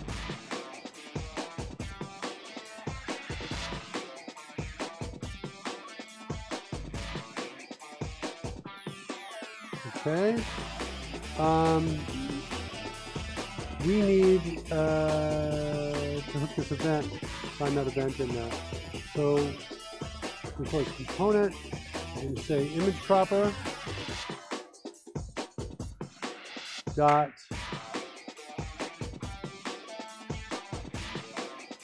progress change that.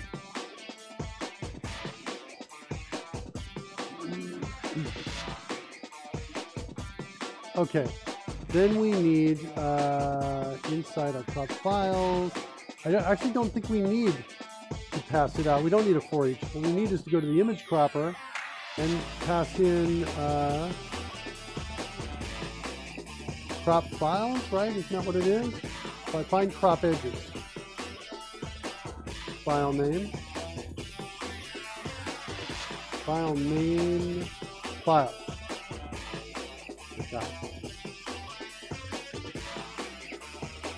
What's it want? A list? List of string. Okay, hold on.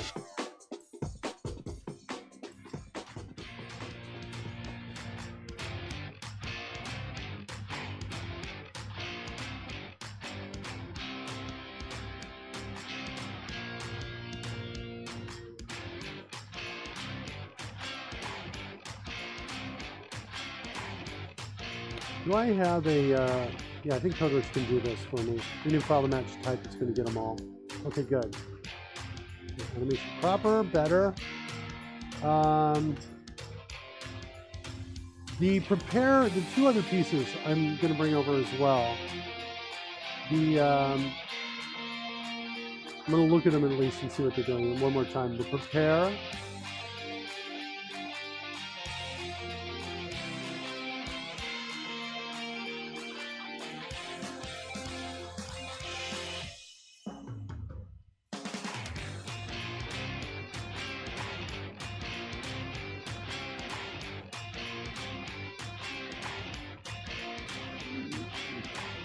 Get ready to find edges.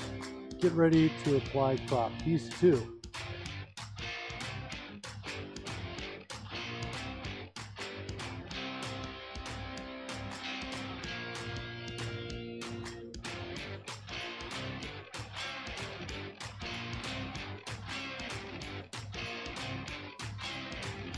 I think both of these can come across.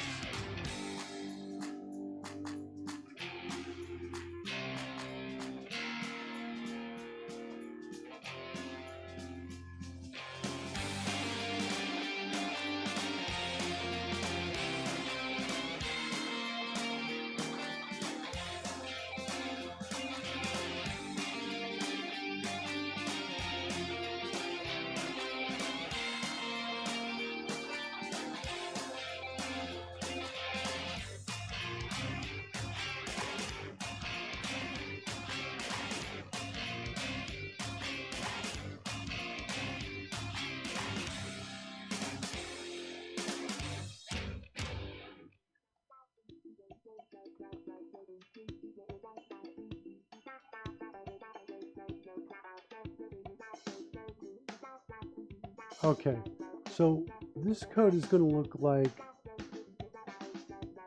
I think this. We're going to go crop file. We're not going to do this. We're instead going to do this.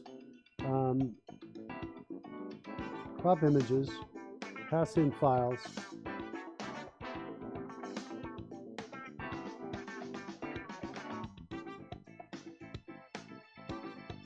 Base file name is going to be root name, I think. Need to double check that. Use indices. I'm not sure what that does. I need to double check that.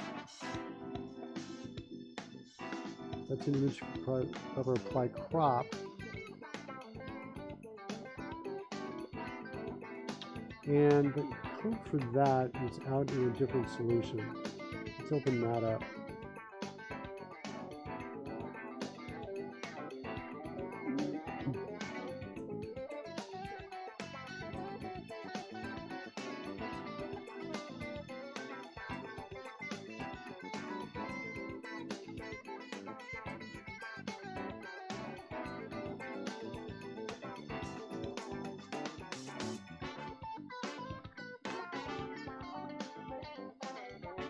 Imaging, image cropper.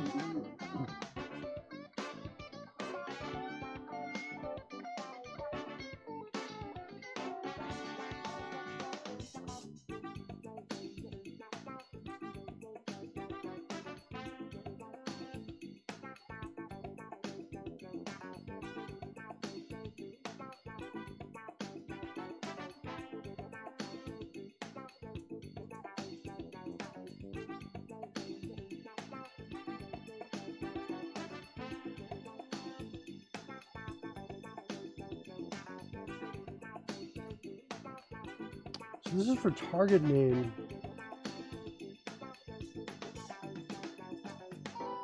Yeah, I think this is a way to strip out the indices if you want to do that.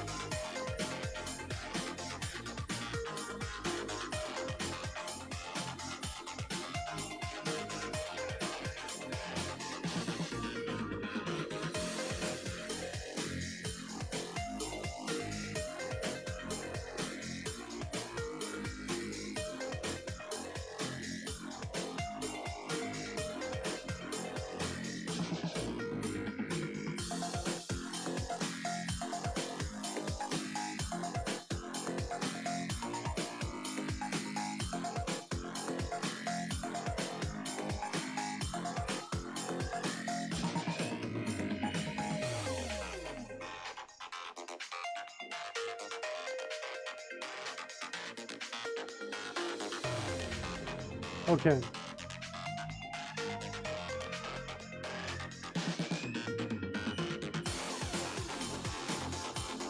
So, yeah, I don't think we need, confuse indices is true. It's default. Oh no, it's default. Sorry, it's false there, so we want to change it to true. And that's the base file name. Okay, so I think we're okay there and there and there.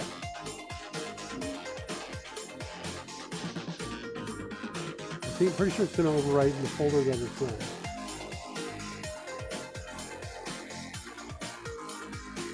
Look at that one more time actually. Let's see if it applies up.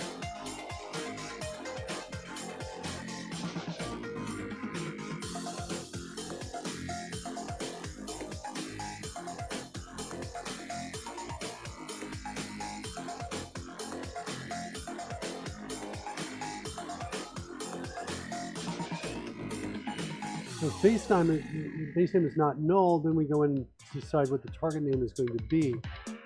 But if base name is null, then target name is null. So we go to crop file, target name is going to be null. If it's null, we get the file name, which means we are going to overwrite it. So I think what that means is that we can here simply just do this. That's what I think we do. And it's going to put them in the same folder that they're already in, replacing them. That's what I think is going to happen. All right, I think we might be ready to test it. Let's see if it does.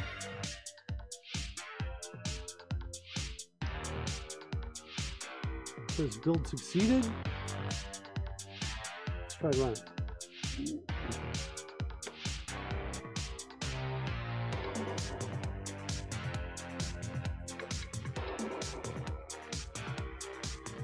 Sprinkles, grab body 11, crop.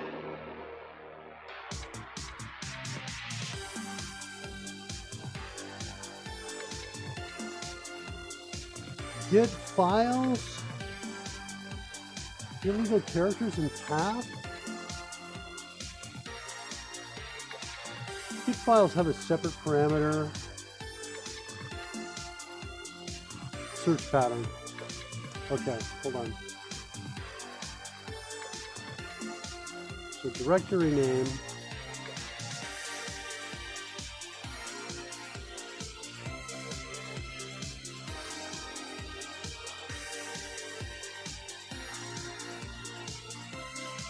Change the search pattern like that.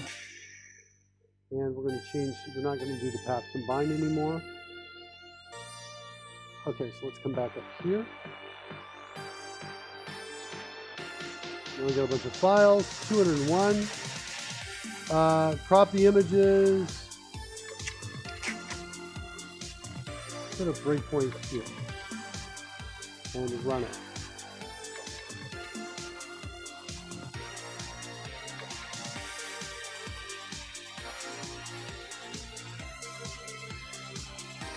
So what it's doing is it's looking for if and moving the margins out as it compares to each new file to see where those margins are.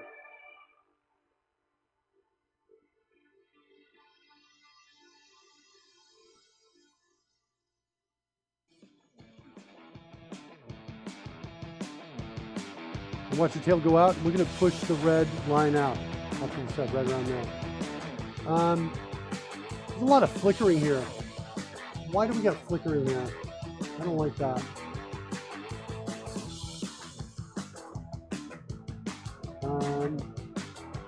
Now it's cropping across. This is probably going to take longer.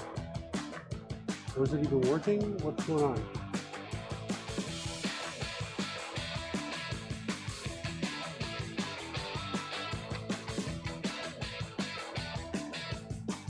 Whoa, it shot us out of here. Looks like an exception, unhandled exception. Oh no, wait, wrong app. Hold on. Here we go. Ah, cool.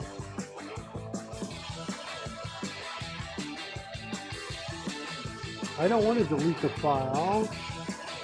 We're deleting the temp.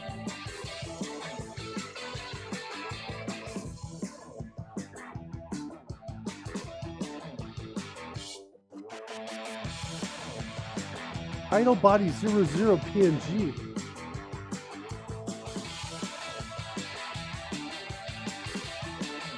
It's idle horn 00 PNG. What's using it?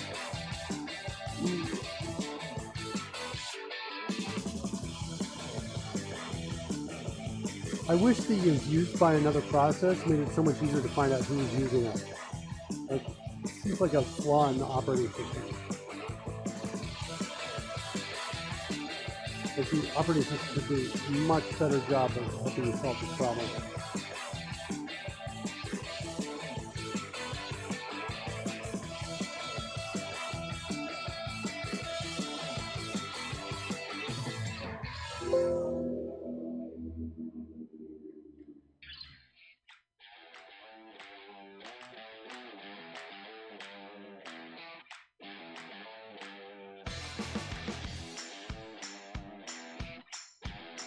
Yeah, well, we're definitely replacing the file.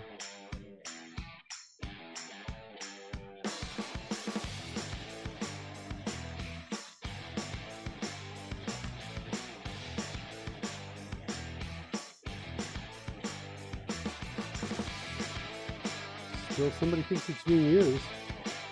Who is it? Like, if I were to close this down, would that now work?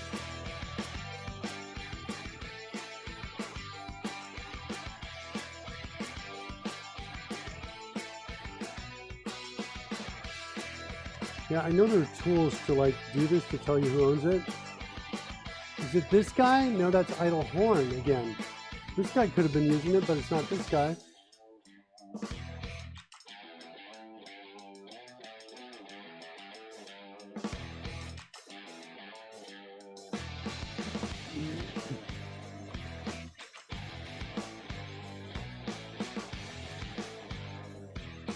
Let's kill everything for a second. I want to try, I guess, two things.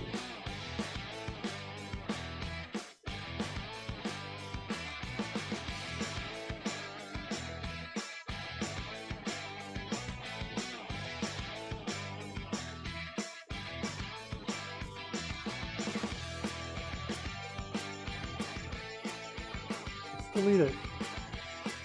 Undo the delete. Give it to me back. It better have. Where is it? I just hit Control Z. There it is. Okay, fine. It just took an extra Control Z. All right. So there is. It's not locked now. So it's our app that's locking it. Is that it? Let's try running it again. I don't understand why the first one's getting locked. Am I opening it up into? It doesn't make sense because I was picking the number 11 one, not the 000 one, as I recall.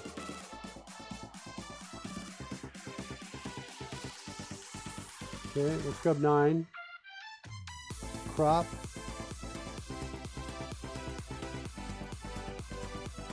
We still have that flickering.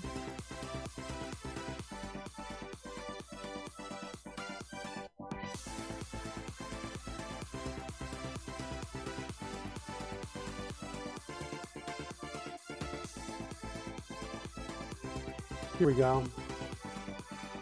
I need this code added to our initialization to stop the flickering.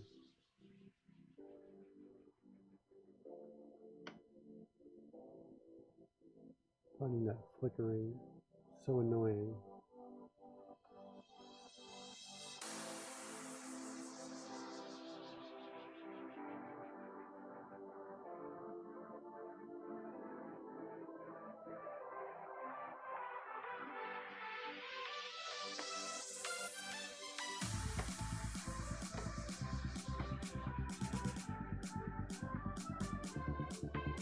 So idle body is being used by another process. So we are clearly locking that file. Is what seems like is happening.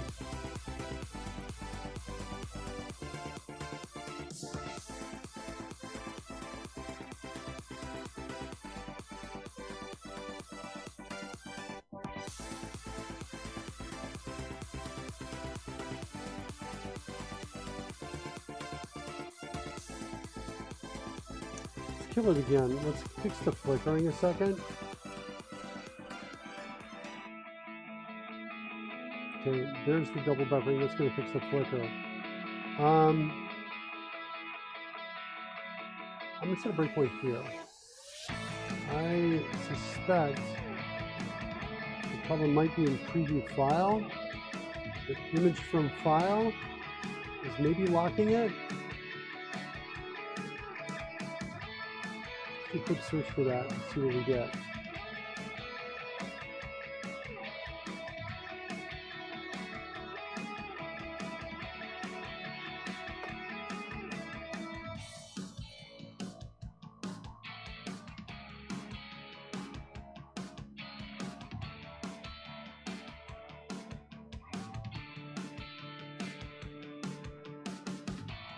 Let's try that instead.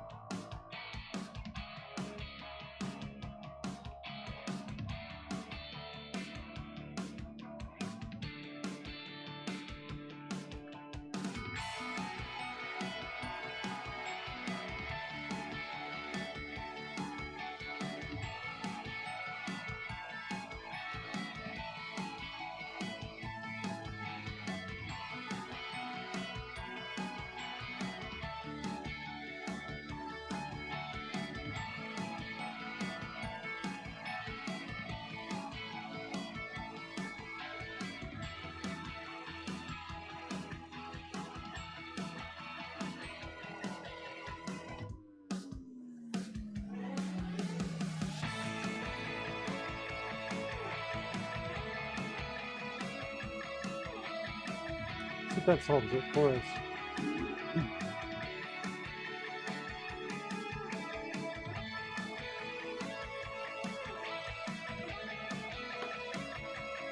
The animation cropper, file open. Get sprinkles. Crop. Here it is. Idle body 0. See what happens when we another breakpoint. Yep, we're on 19 now, so that's good. Let's keep running. Get this out of the way. So, wait, still flickering?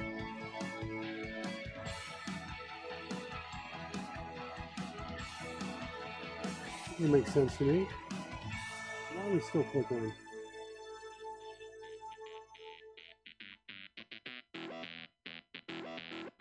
Do I have to do it before the call to initialize component? Nope, I'm doing it after here.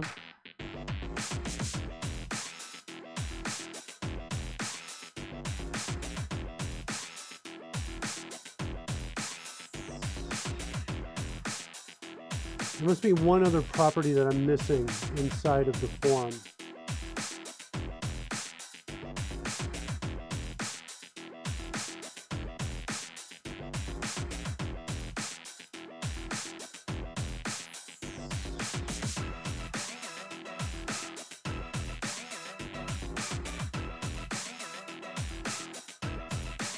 Oh, nice. Look what's happening out here.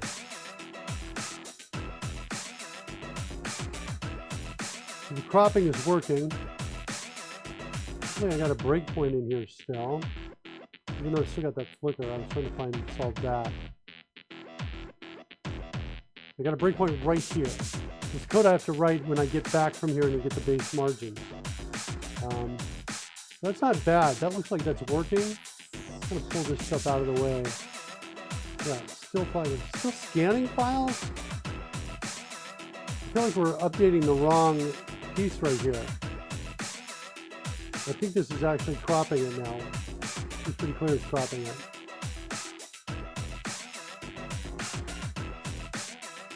I think I'm at my breakpoint. Okay, I'm at my breakpoint. So this got an important piece of data here. My top and left numbers I have to store.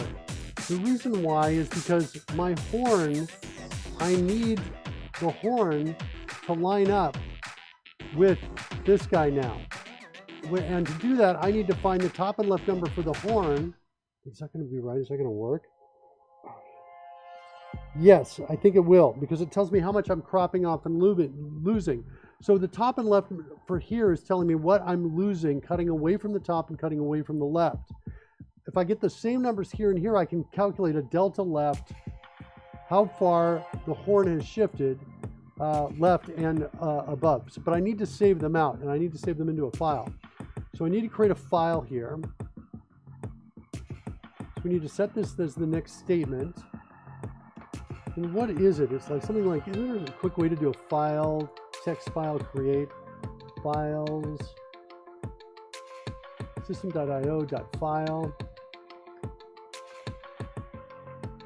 Is there a create? There's a write all text. Nice. Nice. Okay, so now we need a path for this, and it's going to be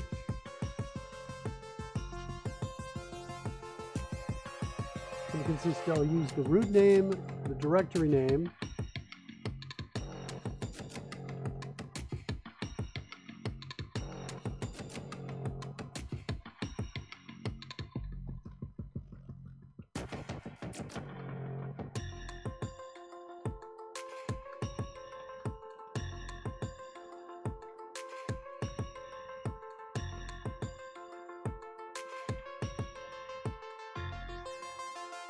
directory name, root name,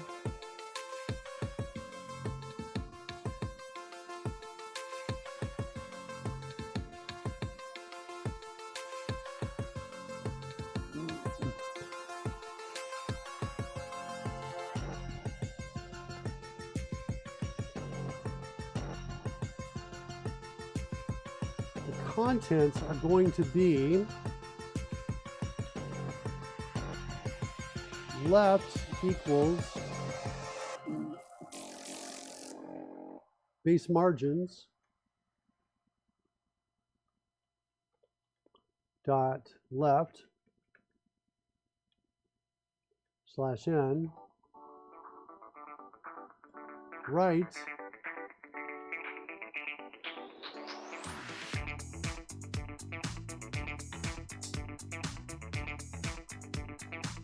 suppose I could do this too. ENL for environment.newline. Right equals, and then we're going to get base margins dot right. No, I don't want that to be. I want that to be top. I want to store the top and the left. That's the spec text that goes out. And I think that's going to be it. Let's turn on the debug visualizer if we can. Oh no, shoot. I put the caret back up here. It's cropping the files again. I don't know how bad that's going to turn out.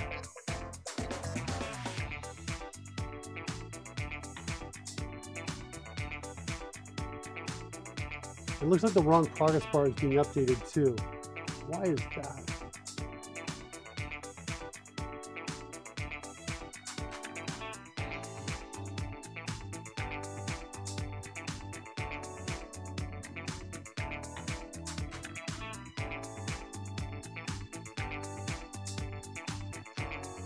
I must be changing the event handler, I think. That's what I'm doing in the other file for that.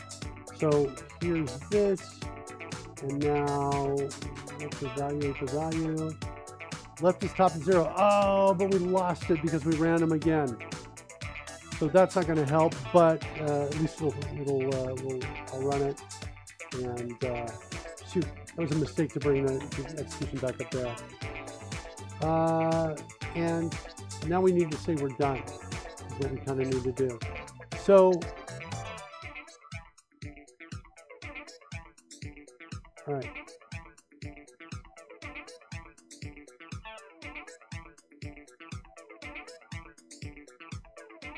Then we've got our idle body text file right here, which shows the left and top what they are. So these I have to delete and regenerate all of these again is what I'm going to have to do. But the good news is that stuff seems to be working pretty well. I'm going to work with the idle horn too as well. I'm going to delete these now. Let's work on idle horn next, but I want to get the flickering fixed before we do that. And I think it's in a property here.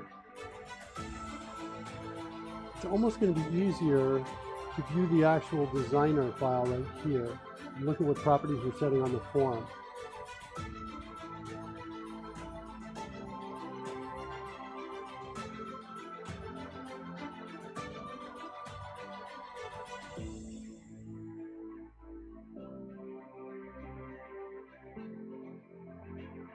Huh.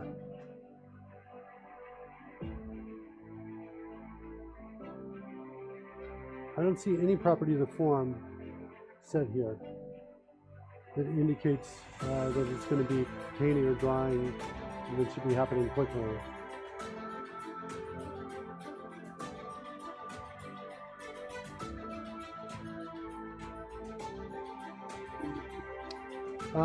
Let's go to the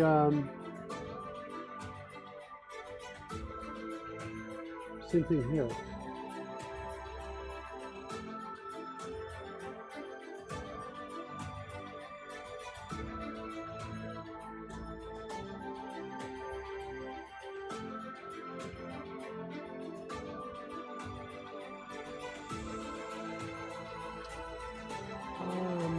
I'm in the wrong space here, I think.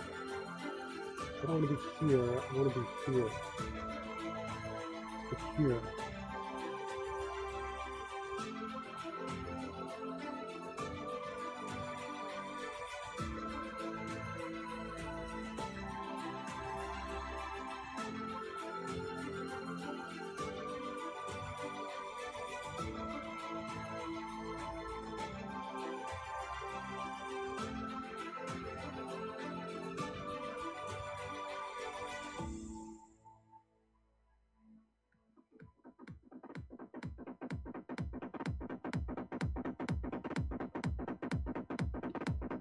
I'm not seeing it.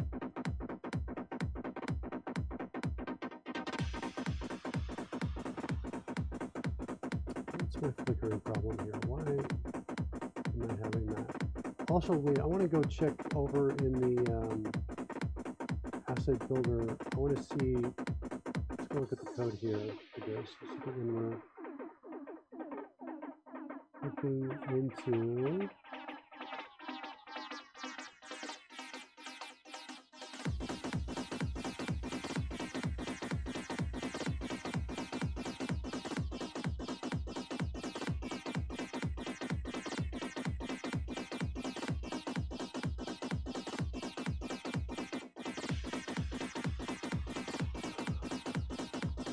Am I really only showing one scanner on there? Is that what's happening? That doesn't make sense. Because I've got this other cropping files piece here.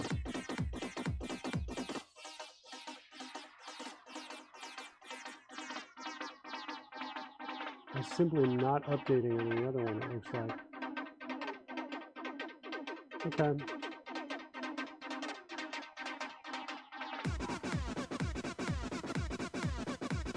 All right, let's just fix that manually then. Back over here, the animation cropper.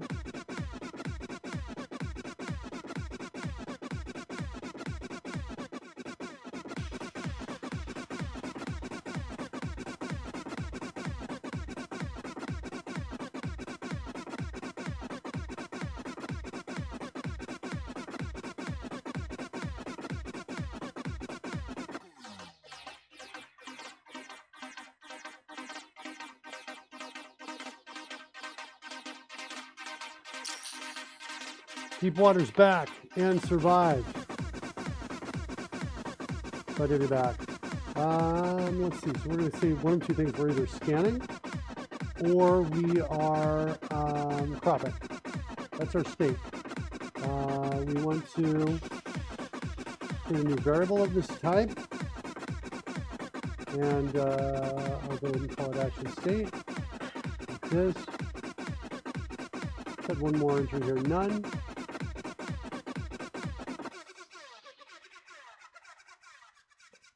Get ready to apply crop. Now we're going to say the action state equals action state.cropping. And down here we're going to say scanning. Get ready to find edges is this.scanning. And then inside our show scan progress,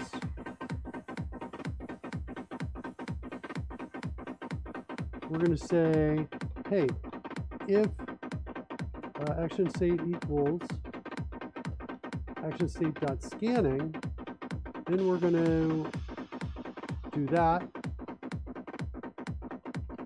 Otherwise, we're going to say else if the state is equal to cropping, then we're going to see PRG cropping files. That value is equal to progress %. Is that going to work? I think that's going to work. We're going to preview file.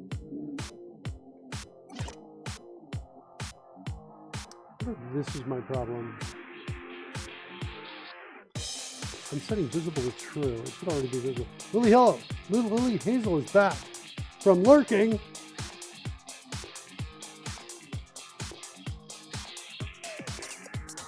Simon Gary's assistant turtles for the win there. He's talking about finding out who's got the locked file.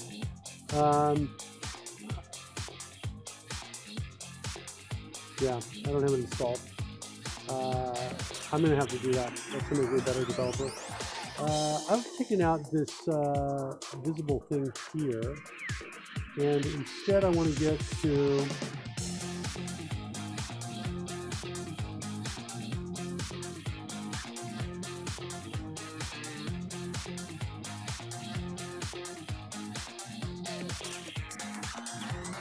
I'm going to do this.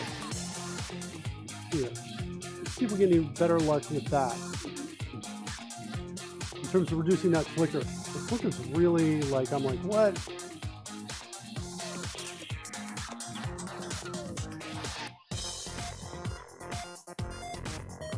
It's funny, there's, well, let's go. We'll see if this reduces flicker. So we're doing here. Okay, file, open. Get the sprinkles.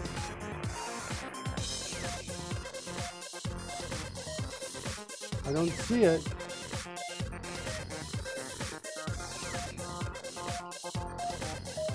I don't see it.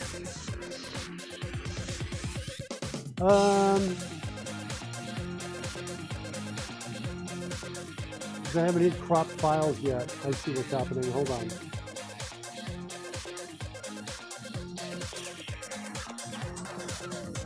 Let's stop it there.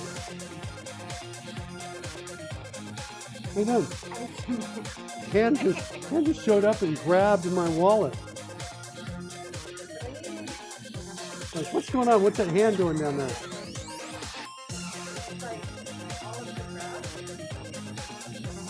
I hope not. Stop shaking my wallet upside down. You're so funny.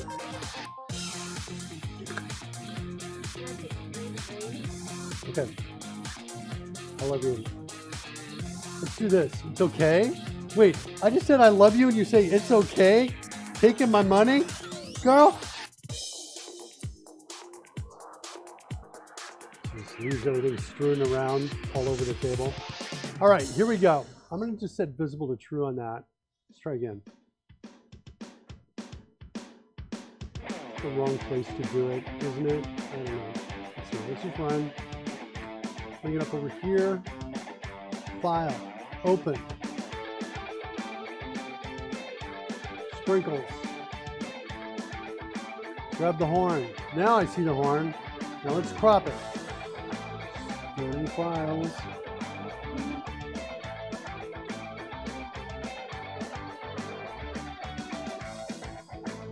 So what's cool is as the horn moves, we'll widen out the red bars. They can only get wider. So they're basically just scanning every image that comes in, looking for non-transparent pixels. If it finds one, it says, okay.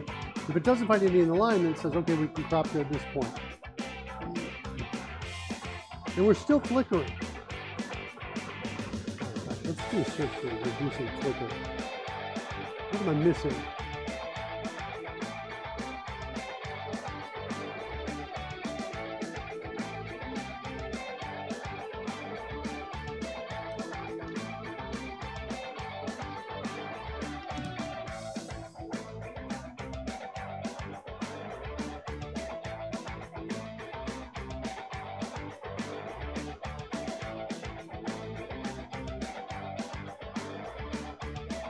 Yeah, we did this.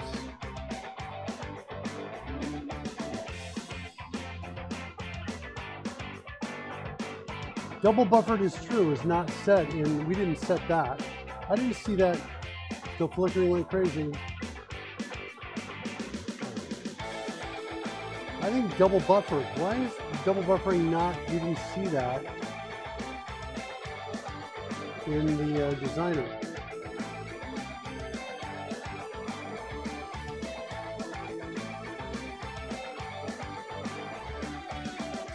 Wait, what happened?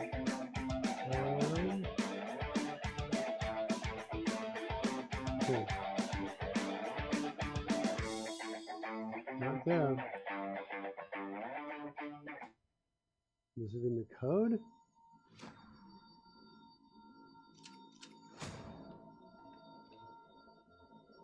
There's that in the set style call. I don't get it.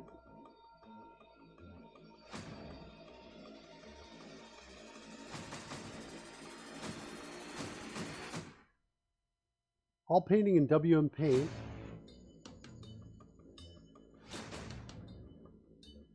I feel like I've been here before. Look, I have. Create params. That's what I need. That's what I need. Okay. And it looks like we finished when we get here. When we finish, we kind of need to improve that. But now if we go out here, we refresh. We've got this, the idle horn.txt, select a file preview. I've seen this happen where Okay, there we go. Left 316, top 481. That's good.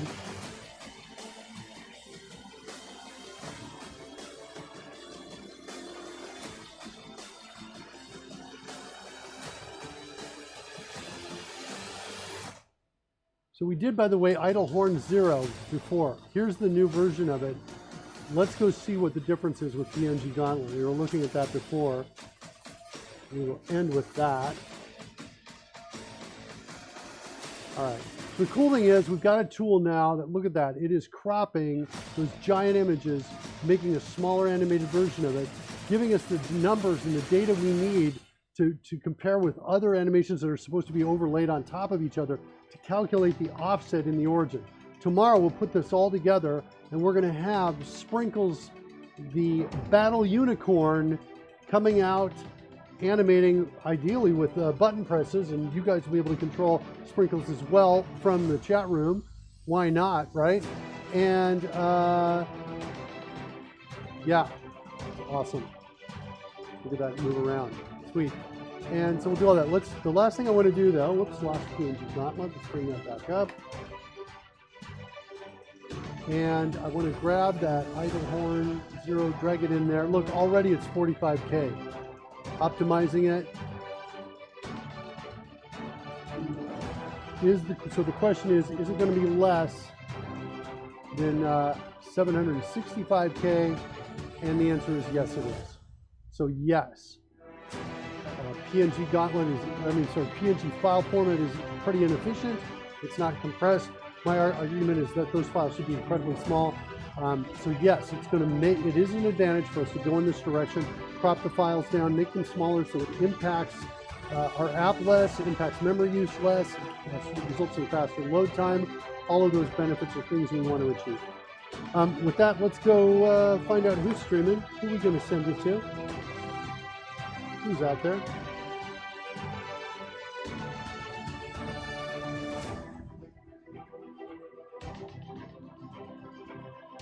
By the way, Twitch takes so long to load their new UI. It's like mind-blowing to me. I'm like, what? Why is it taking so long? All right, here comes Brittany the channel.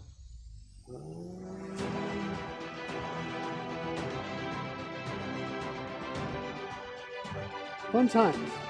BBB is OTU there. He is. Let's send you the Bald Bearded Builder. We haven't rated Michael Jolly in a while. Rated in about 6 seconds, kids. Thanks so much. We will see you tomorrow. We'll see Roy tomorrow. Have a good day.